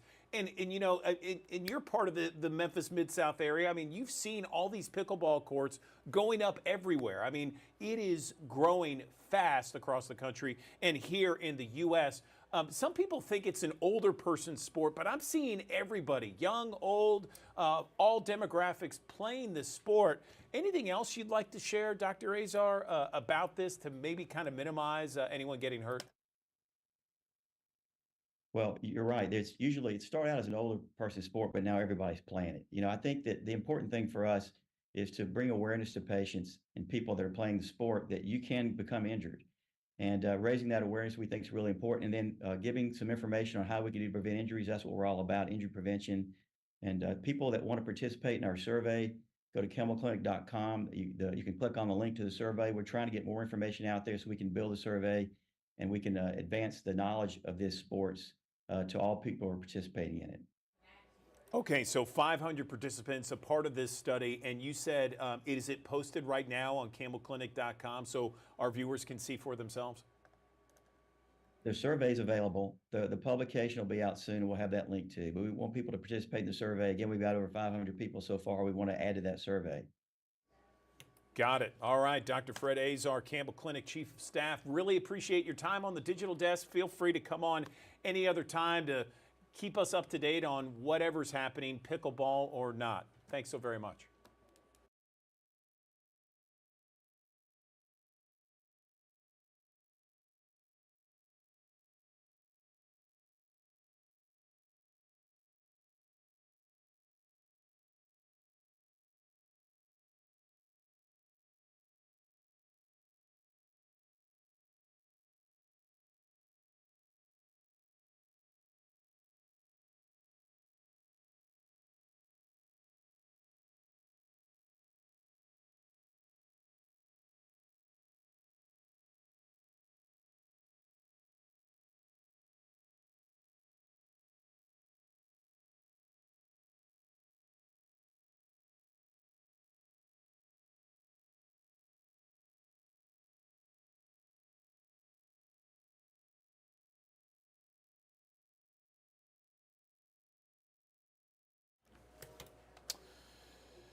Good morning. Welcome back to the Action News 5 Digital Desk. I'm Andrew Douglas. Youth Services Back to School Drive that is going on right now throughout much of the month of July. It is wrapping up towards the end of this month. I'm joined now on the Action News 5 Digital Desk by Brian Harris with the Office of Youth Services. And Brian is joining us to talk more about this drive to help some of the kids there at Memphis Shelby County Schools. Brian, good morning to you. What can we tell our audience about this back to school drive that my understanding is going to continue until July 31st? Is that right? Good morning.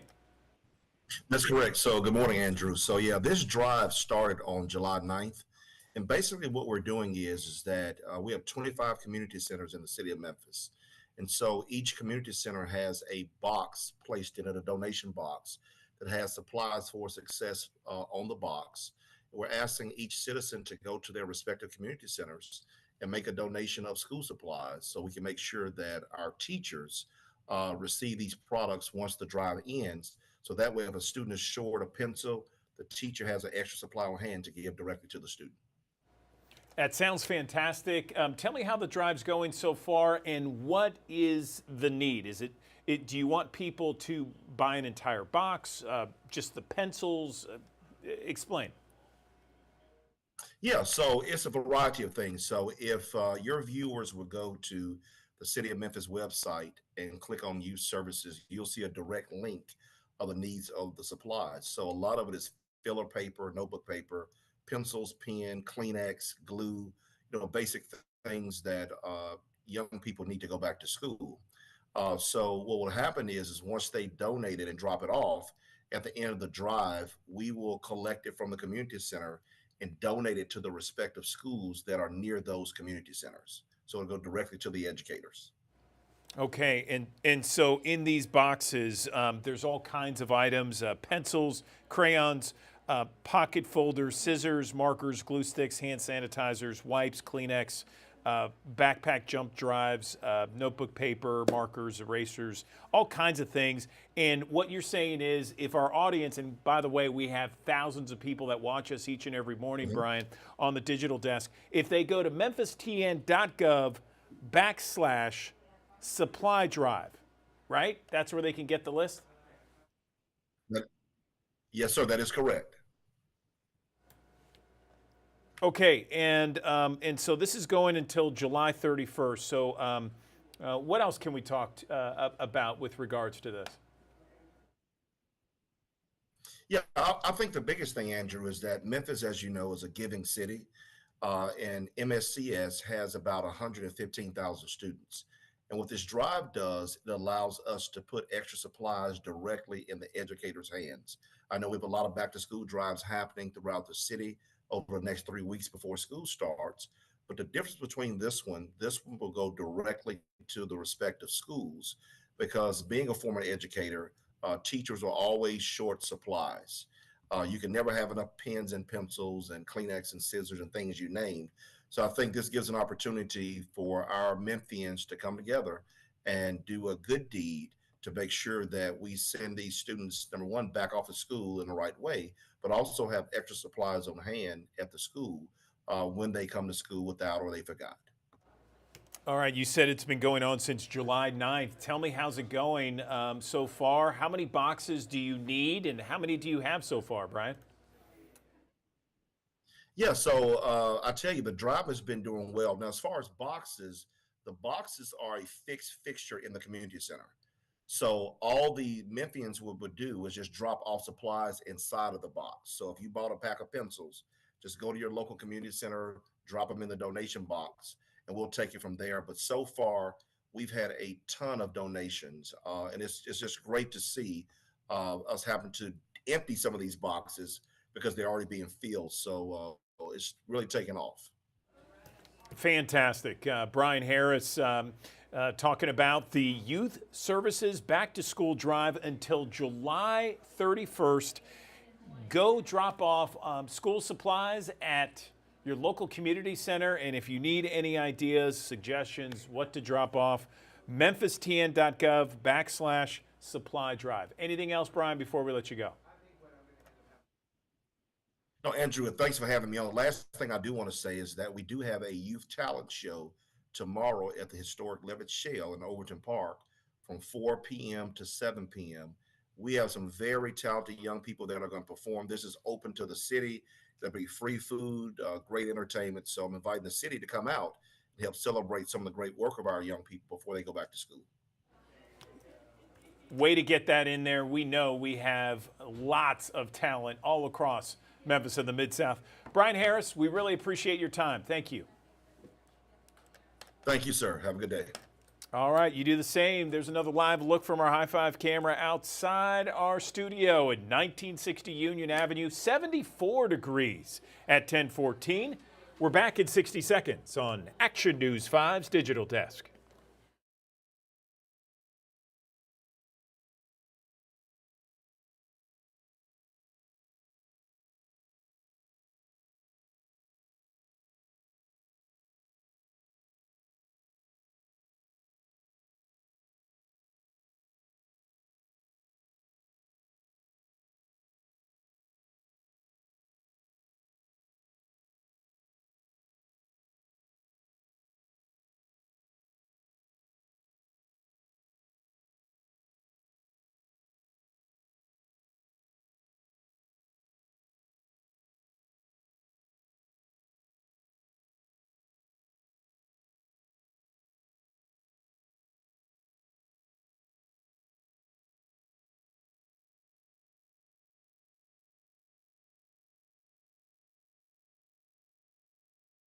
Thanks for joining us here on the Action News 5 Digital Desk. Temperatures are going to work their way back up through the 80s as we go through the afternoon hours. It depends on where you are, how things will play out for us with the northeasterly wind coming in around 5 to 10 miles per hour tonight. Upper 60s and low 70s, partly cloudy, a passing shower or storm. Best chances, though, of rain likely for areas along into the south of the I-40 corridor as an area of low pressure winds up and moves off towards Middle Tennessee later on today. We should have a fairly quiet weekend, maybe a few passing showers from time to time. Probably our best chances for rain, though, coming up for the latter half of Sunday, but still some sporadic downpours from time to time. The best chances, though, will tend to be along and south of I-40. High pressure to the south and east of us, low pressure to the north and west of us, and that funnel effect right along that stalled frontal boundary will keep our weather pretty unsettled in the extended range. So once we get into next week, the weather's going to turn pretty unsettled and stay pretty unsettled with waves of rain and storms to contend with, a lot more clouds, and the opportunities for some rain and storms. Here's a look at that first alert futurecast looking ahead to Sunday and beyond. And again, you'll see some sporadic downpours developing on Sunday afternoon. Still a mixture of clouds and sunshine otherwise. Heading into your Monday, we'll go 70s to start off the day. And notice by the afternoon, we may get out the door fine on Monday, but the afternoon may turn wet. And for some folks who are going back into classes next Monday, may have to deal with that and continue that trend even into your Tuesday. We'll be adjusting the rain chances as we move forward. It looks like, though, that there will be several waves of rain and storms to contend with, especially as we head towards the mid portion of next week. Cooler temperatures will also follow suit along with it as well. All of that to say, one way to stay up to date is on the Action News 5 First Alert Weather app. Using the interactive radar function, that's going to be a critical function for you over the next couple of days because of the active weather that we do expect. So while it's unsettled, it's also going to be active. One thing to note about this extended forecast, which does feature scattered downpours every single day next week, and I would go ahead and include that this would probably extend a little farther out. This is not lending itself necessarily to severe weather. It's more so just a soggy pattern that's going to emerge for us over the course of not just next week, but probably the extended forecast all the way into the end of July, the beginning of August.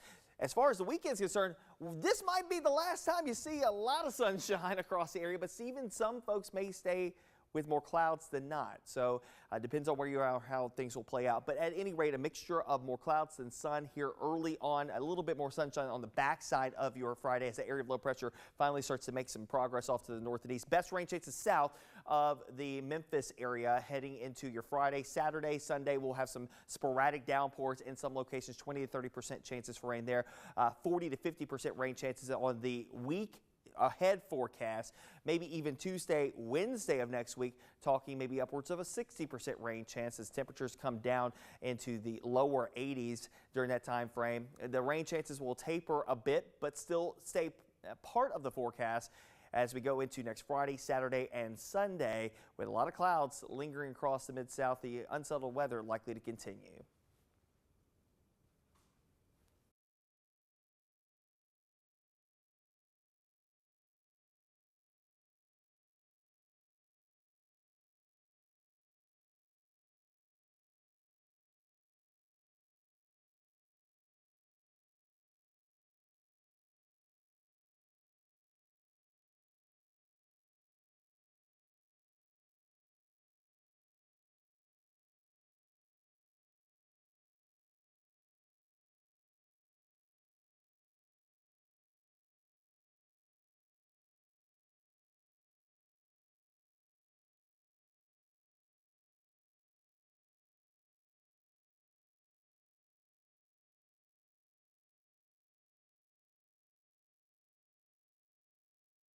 There is a novel I want to tell you about that just was released this week, and this is about Memphis. And we know that Memphis has an incredible history. It has so many different things that makes it great.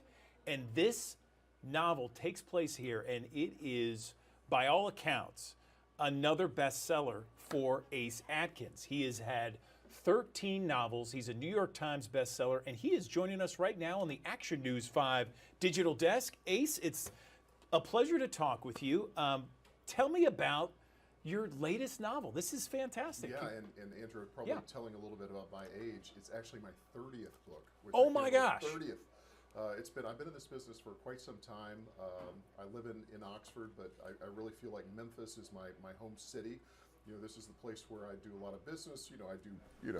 I love eating here. I love hanging out here. I feel like it's my second home. And this book is really, Don't Let the Devil Ride, a celebration of all things Memphis. And it's not just a cursory gloss over when some people set things in Memphis where I mention barbecue and Beale Street, that kind of stuff. It's a full out, most of it's set, a lot of it's set in Central Gardens, part of it in Orange Mound. It's all over the place. It's a very diverse book. That's fantastic. My mistake. 30 novels. That's Yeah. unbelievable. Congratulations on all of your success. Thank you. So tell me a little bit about, I've heard you talk about it. The title is Don't Let the Devil Ride. Tell me where that title came from and just a little snippet of the book. Well, we had such a hard time with the title. So it's a crime thriller. There's got a lot of action and comedy and that kind of thing. But boy, did we have a tough time with the title. The original title was called Suspicious Minds. And somebody in the marketing department thought, well, I don't know if that sounds Memphis enough. But to me, it sounded very, very Memphis. But we ended up getting what I think is even a better title. Don't Let the Devil Ride is from a classic gospel song. And I thought, to me, it really sounds like Memphis. It sounds amazing, and so brief. And you mentioned it takes place in Central Gardens. Yeah. What else can you tell our audience? Well, it's about a woman. It starts off. It's a very varied group of characters. It's not just about one person. It's told through the viewpoints of many different characters. But there's a woman named Addison McKellar who lives a very stately home in Central Gardens. She has 2 kids. One of them goes to Presbyterian Day School. The daughter goes to Hutch. They are members of the Memphis Country Club. I'm sure your viewers will know exactly the people I know about. Oh, yeah. And the husband, Dean McKellar, ends up going on a business trip to London, and he's gone 3, 4, 5 days, then a week. And Addison McKellar back home doesn't hear from him. She tries to text him. She tries to reach out to the hotel. Cannot get any answers. Cannot get any answers from his personal assistant. So she ends up driving from Central Gardens downtown, where he's had his office for years, in the Cotton Exchange building, goes up to the 3rd floor, and the building or the office is now being occupied by a interior design company. And so they don't know who Dean McKellar is. They've never heard of this Dean McKellar construction. So she's left flummoxed, frustrated, wanting to get answers of not only concerned about her husband, but who is my husband? I love it. I love it. It sounds great. I can't wait to read it. You have lived in Oxford, Mississippi now for the better part of 2 decades. Is that right? It doesn't seem like it, but yeah, I've been there for almost 25 years. And, Oh, wow. And again, Memphis is, Oxford is my hometown, but Memphis is my home city. I got you. I got you. So tell me a little bit about yourself. I read that you were originally, and this is going, I guess, with the novel here. You were a crime beat reporter back in the day. Tell me about that. I was, and I think that was perfect training for me to really write, a crime novel. I lived in Tampa. I worked for the Tampa Tribune. I worked briefly for the St. Petersburg Times, and I covered the police department, the sheriff's office. I covered homicides and kidnappings. In fact, it's a long story, but that's one way I met my wife. She was actually a rival reporter at another newspaper, and so through that, I knew ultimately I wanted to be a writer. I wanted to write novels. I wanted to write crime novels. I loved Elmore Leonard and Robert Parker, and even going back to like John Grisham and The Firm, and that's ultimately what I wanted to do. But being a journalist not only helped me with the authenticity of the book, but also working with editors, getting better at what you do, and it was a very formative time for me. It sounds like it. And then, and from my understanding, you started writing full time at the age of 30. Yeah. Tell me what that was like for all those aspiring authors out there that want to write a book. How do you make that transition from a full-time job doing something completely different to actually writing and getting paid enough to make it full-time? Well, I think some people have a misconception of what an author does. And when I first started, 30 years ago, being published, people, I think, understood it a little bit better, which was, you're working with a major company in New York, you're working with a major publisher, they're paying you to produce these books, and you're going out on book tour, and it's very exciting. And now in the digital age, I think it may be lessened a little bit what an author is. I'm an old school author. I'm fortunate enough to work with HarperCollins, one of the largest publishers in the country. But I don't even tell people on the plane that I'm an author, because inevitably somebody will say, well, so is my uncle. He put something out. And I said, well, they uploaded a book. That's not publishing a book. But it's a great career. I love it. I don't know anything else that I would do. The industry that I came from, unfortunately, is getting smaller and smaller. But writing books, writing crime books, writing about a place like the city of Memphis and bringing these characters alive, it's just so much fun.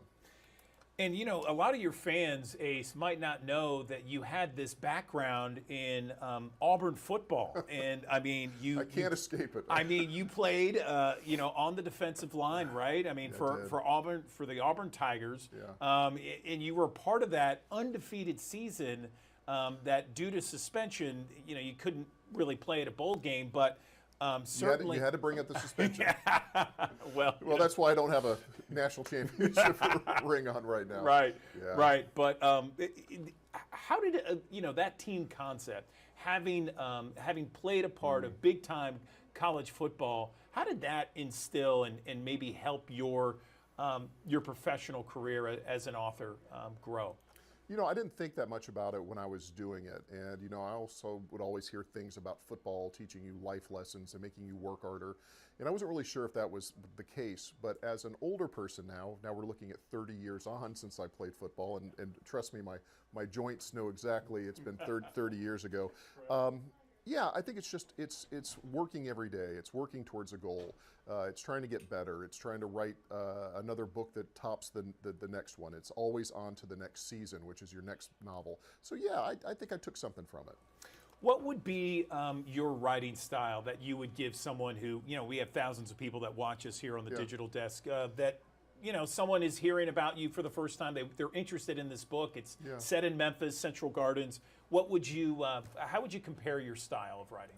I think, I come from very, old school, kind of writing style from, Dashiell Hammett and Raymond Chandler. One of my friends, good friends, and also a hero of mine was Elmore Leonard. So, if you've seen movies like Get Shorty and Out of Sight, crime movies with a little bit of comedy in them, a lot of laughs, and it's hard when I explain a story like Addison that her husband is missing. This is not a run and gasp kind of book. She's not even really that upset by it other than just being lied to. And it's equally the story about a guy named Porter Hayes, who is a legend in the city of Memphis. This is a guy that has had an office down on 2nd and Madison, since 1971, and is a hero in the black community. He was a good friend, a karate partner of Elvis Presley. So the Memphis story runs deep. But yeah, I mean, if you like, Elmore Leonard, John Grisham, Southern novels, Greg Iles, but certainly if you want to come in and have some laughs, and if you know the city of Memphis, I think you're going to get even more out of it. All right, Ace Atkins, Mid-Southerner, New York Times bestseller, author of some 30-plus novels. The latest, Don't Let the Devil Ride. It is out this week. Anything else before we let you go?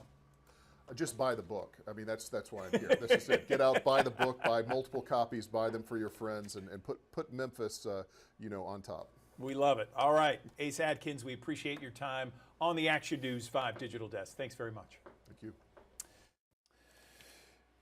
Good morning. Welcome back to the Action News 5 Digital Desk. I have been looking forward to this interview for such a long time because one of the best contributors we have since the Digital Desk came online is joining us now, and she is the best food reporter in the business. We're talking about the one and only Jennifer Chandler, back on the Action News 5 Digital Desk.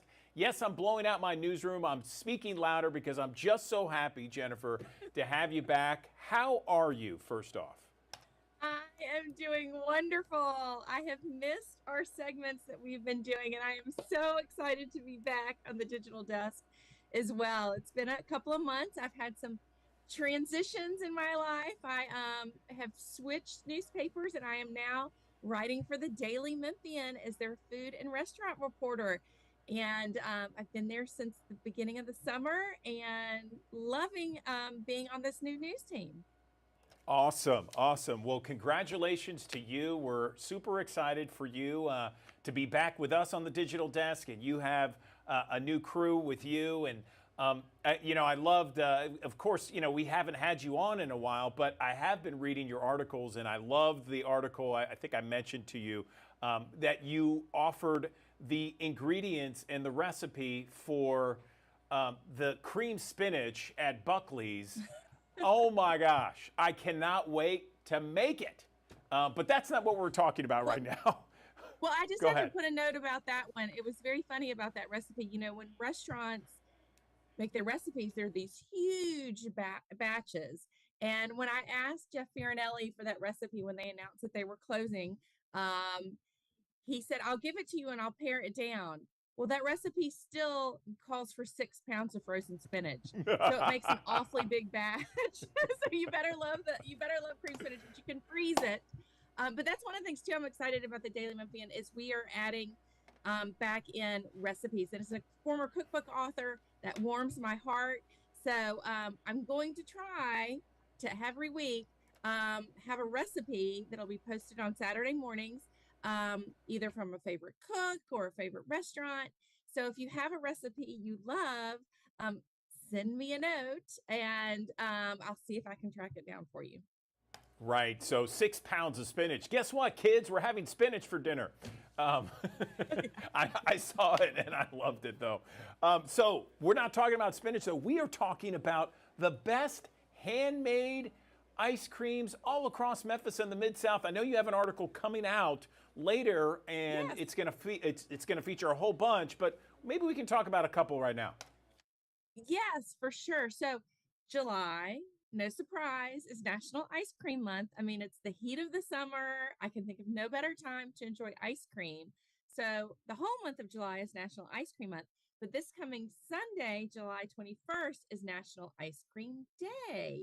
And so one of the things that I thought I would do is kind of give a list of all of the ice cream shops in Memphis that actually make their ice cream in-house. And what is so cool, I have 11 of them coming out on a list today. I have a weekly newsletter that comes out on Wednesday afternoons called Table Talk.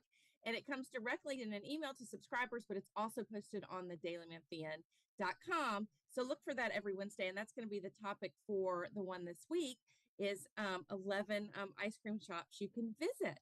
And there are just so many and so many people doing good things. I'm going to kind of quickly run down the list, but I have to tell you what's so cool about them. People think ice cream is ice cream.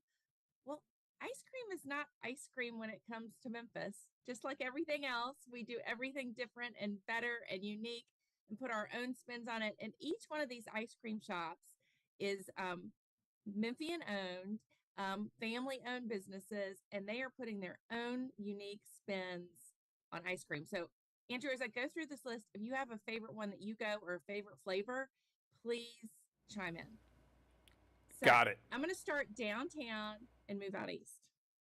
So the first one on my list is Zia Amato, which is something that opened this past spring.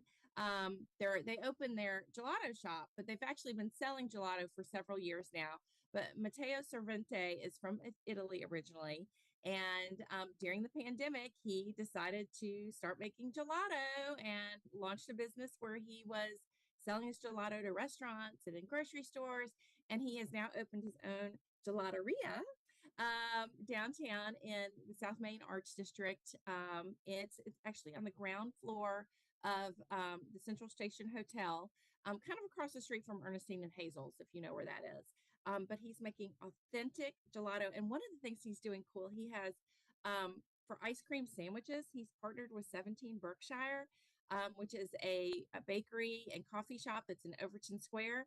And she makes fabulous macarons, which are those kind of, French cookies. And so he is making ice cream sandwiches with his gelato and her macaron. And they are so, so good. Definitely the pistachio one I tried was fabulous.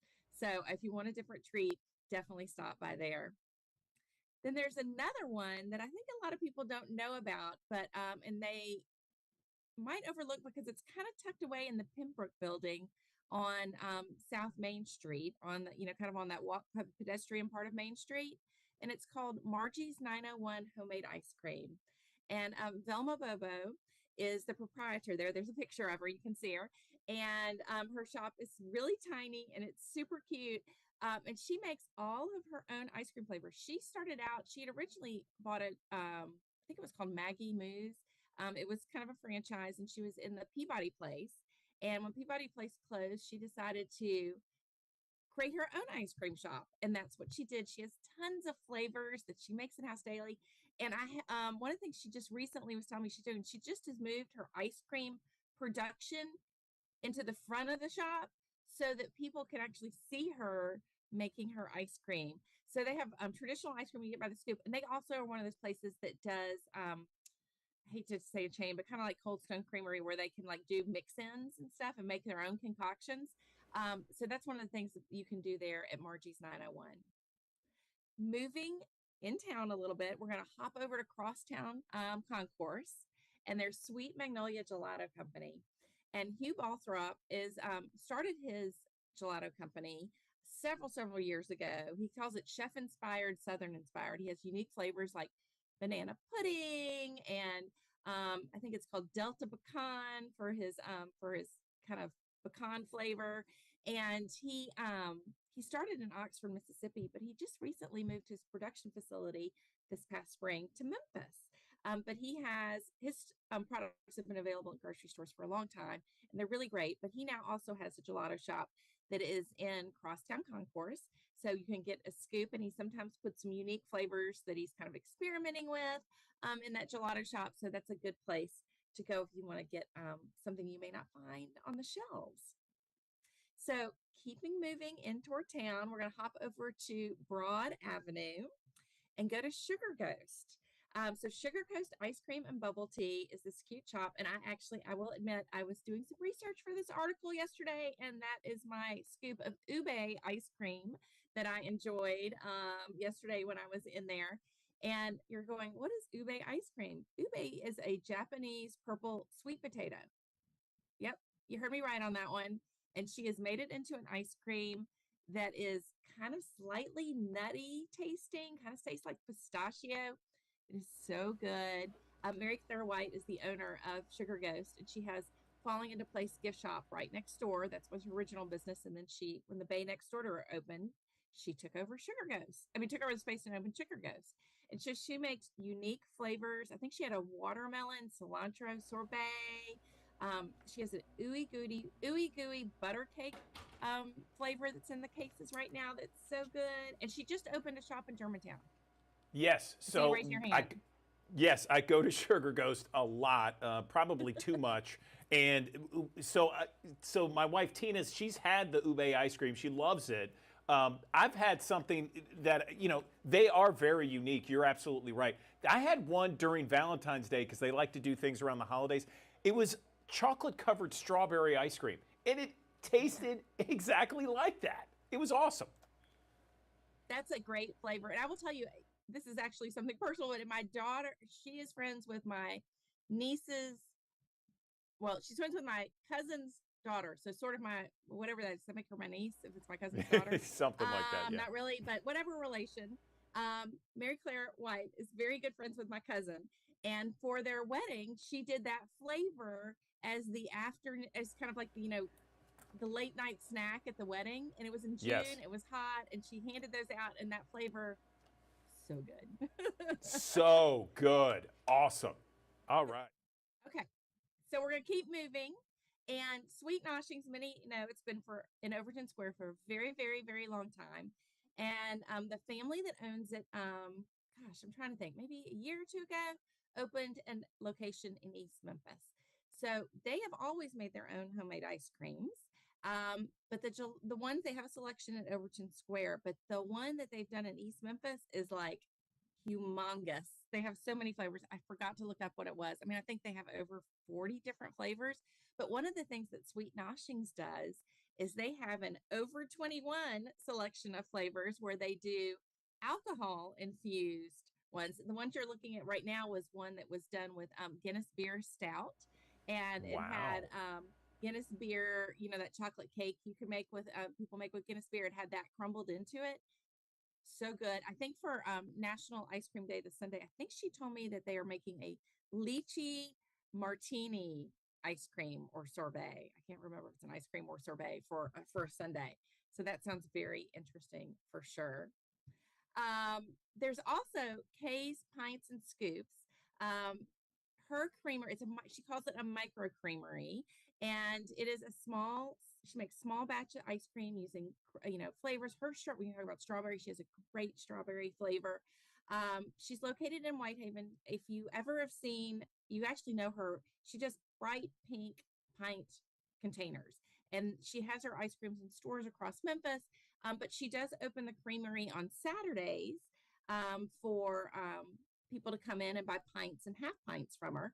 But she does special events every once in a while, and she's going to be open this Sunday afternoon for the National Ice Cream Day celebration, and they're going to be doing her ice creams by the scoop. So definitely go check out Kay's Pints and Scoops in Whitehaven. And then moving on to Summer Avenue, La Michoacana, which I always feel like I'm saying that wrong. It has 5 locations in Memphis, but the one on Summer Avenue, kind of somewhere between like Waring and Graham, is their largest one. And people really think about them for their paletas, for their Mexican popsicles, but their ice cream, they make all their ice creams in-house. And they're so yummy, and they have flavors that are, I mean, obviously they have normal flavors, but they also have flavors like pine nut. They have one that's called the Rocher, you know, like those candies that have like the hazelnuts in it. They do a version of that. They have some mango. They have so many interesting flavors to choose from. And again, I forget, dozens are in the case every day. At least so I go to the one on Summer Avenue. And again, that's the largest. So they probably have the largest selection. But what I do is I go get an ice cream, and then I grab some paletas to take home and put in my freezer. Don't tell you when I do that, but it's a good trick. Speaking of popsicles, we're going to move over to Cordova and Dipstickle. So Dipstickle is kind of like over there, kind of near Trinity Commons, and she does popsicles, but she makes them with gelato. She has them with sorbets and some kind of icy ones, but most of them are made with gelatos, and she does unique flavors. And so it's like gelato on a stick. And you can dip it in different kinds of chocolate, and then you can also put it in like cookies or nuts and kind of make your own fancy gelato popsicle creation. And it is so good. And it's a small little shop, and I don't think many people know about it, but it's really, really great. I follow her on Instagram, and she's always doing kind of different flavors and things like that. So every time I'm in Cordova, I try to stop by there. And then I've got one more in Collierville that I'm going to talk about, kind of out east in that direction, which is Levy Creamery. And it is over there kind of by, I think it's Houston Levy, and obviously because of the levee, and oh my gosh, I'm drawing Wolf River. like on the street. Wolf River Boulevard. Wolf River, thank you. So they have fun flavors. This is the Fruit Loop flavor that they do. That's one of their crazy flavors. It's so good. It tastes just like, cereal milk and Fruit Loops. So if you remember that from your childhood, you're going to love that. They have their Oreos, their kind of cookies and cream Oreo flavor is called Mustang Madness after Houston High School. And, but it is like cookies and cream on steroids. It has like so many more cookies in it than you would get at any store-bought cookies and cream ice cream. It is so, so good. And they make all their ice creams in-house.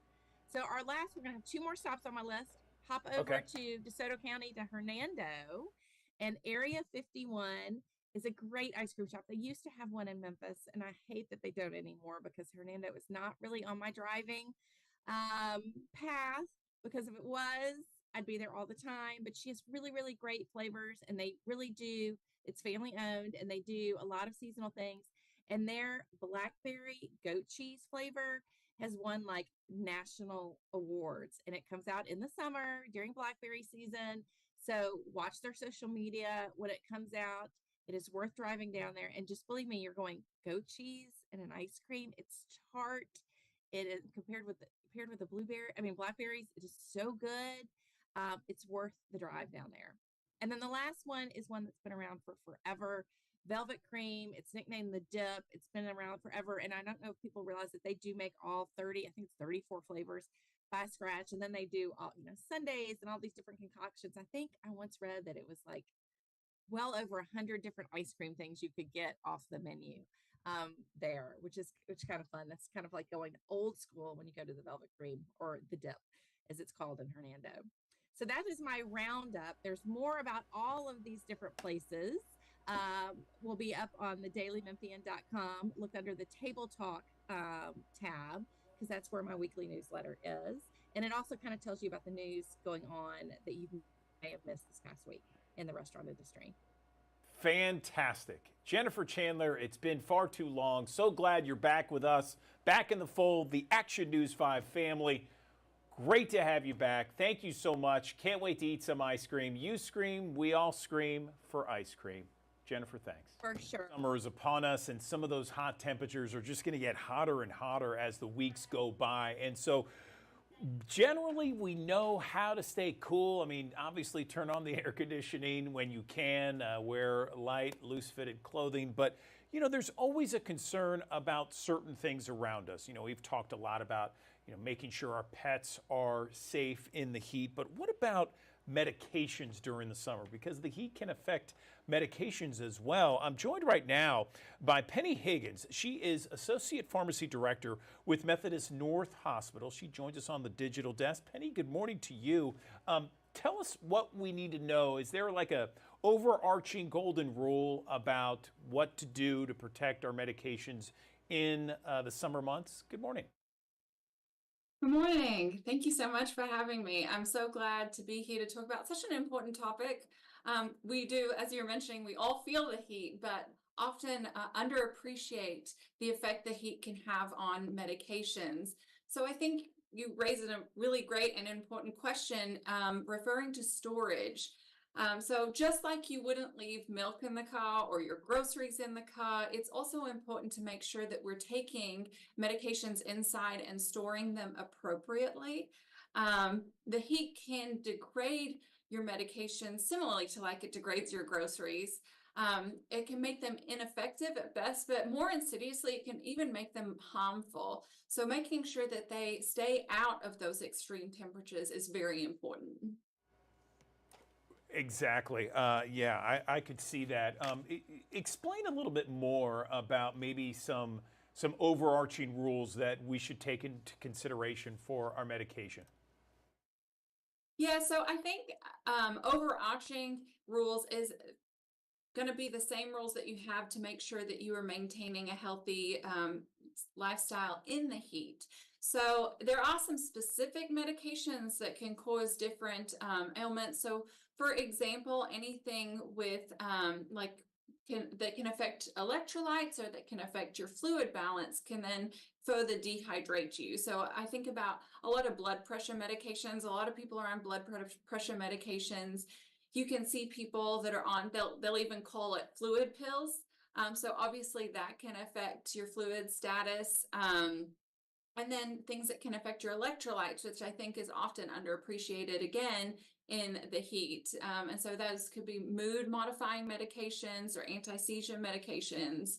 And then also the sun can be amplified by some medications. So thinking about antibiotics, for instance, can make your skin more sensitive to the sun and make you more susceptible to sunburn.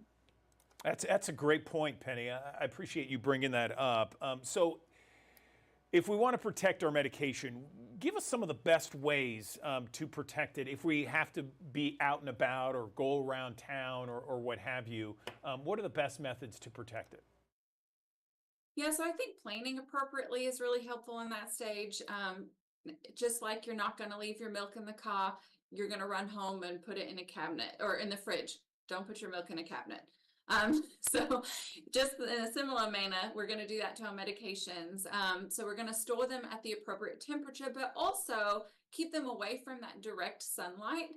And then furthermore, away from humidity. So oftentimes you'll see those medicine cabinets in bathrooms. I actually advise people to not store medications in those cabinets because of the humidity that comes from showering there. The humidity can degrade it as well. So find a cabinet that's dark in a appropriate temperature. So that would be your room temperature between 59 and 86 degrees.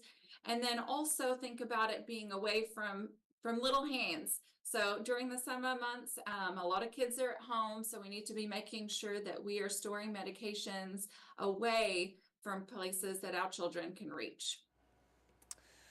Penny, what medical conditions are the most susceptible to heat? So with this question, I do want to just start out by saying we are all susceptible to heat-derived illnesses. So even if you're young and fit and healthy, you will feel the effects of the heat as well. But that being said, everyone needs to be careful, but people with more medical conditions, more chronic conditions like diabetes and heart failure, any sort of respiratory illness, chronic respiratory illness, and then even more acute illnesses. So if you have a fever, you're obviously going to be sweating more, which can make you more susceptible to dehydration. And then, of course, our elderly population needs to be more careful about maintaining hydration status. What about medications? Are there any medications when they're exposed to heat that can make things much more dangerous? So medications, when they're exposed to heat, unfortunately, we don't test them in extreme temperatures. And that's why we have to be so cautious, is that I'm not exactly sure what's going to happen to my medication in the extreme heat.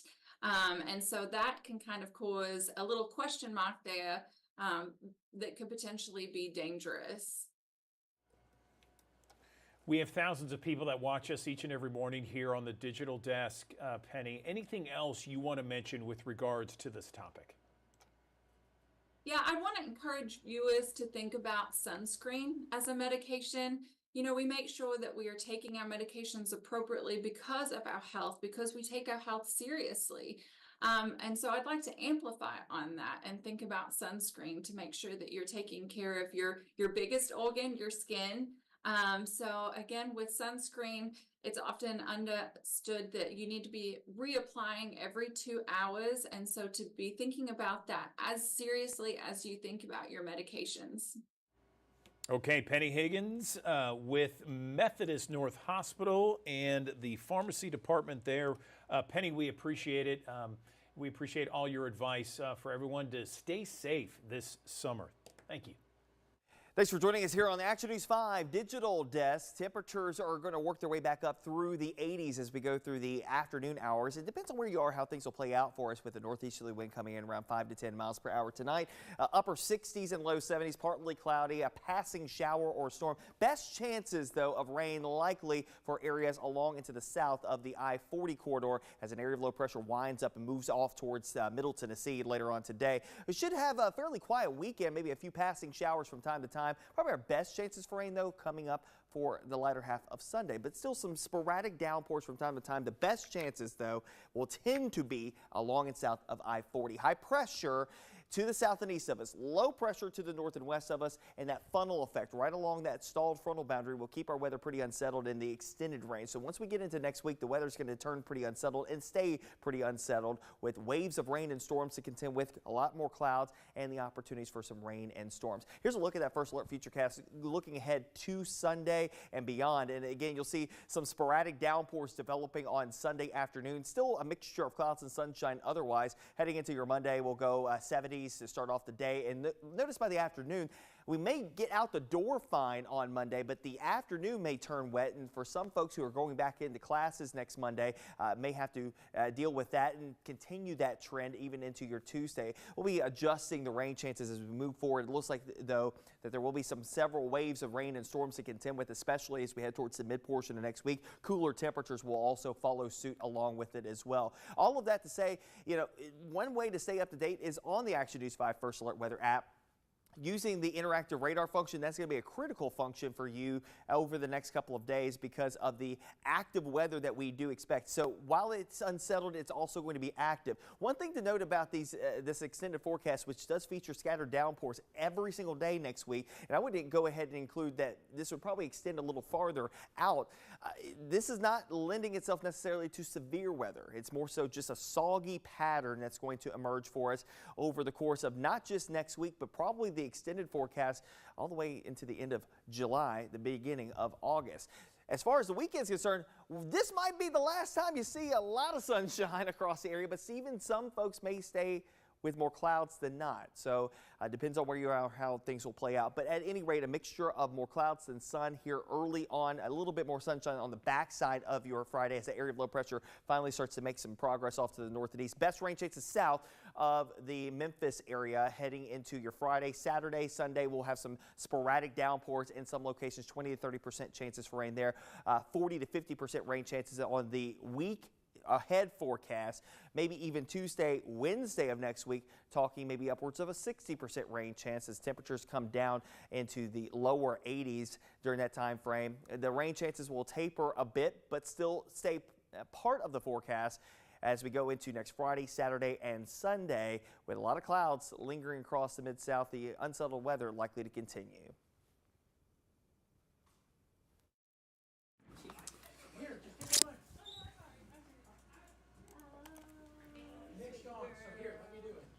All right, welcome back to the Action News 5 Digital Desk. You're looking live at our Midtown High 5 camera. Gorgeous day. It started out so cloudy, but it has turned into a beautiful day here. That's another live look downtown at the I-40 bridge there. Traffic running smoothly on this Friday. That does it for us here on the Action News 5 Digital Desk. I'm Andrew Douglas. We have the Action News 5 midday report coming up at the top of the hour with Ariana Poindexter, Jerry Askin, and Maggie McCauley. They'll take you through the next hour with all your news and weather, and then you can join us once again bright and early Monday morning for another edition of the Action News 5 Digital Desk. We are on the air 7 until 11 each and every weekday morning. You can find us on all of our digital platforms, actionnews5.com, our free news app, Amazon Fire, Apple TV, YouTube, Roku, and if you just want to watch us on television, you can do that as well. Digital channel 5.3, that's the Action News 5 Plus channel, or channel 907 on Xfinity. Have a great weekend.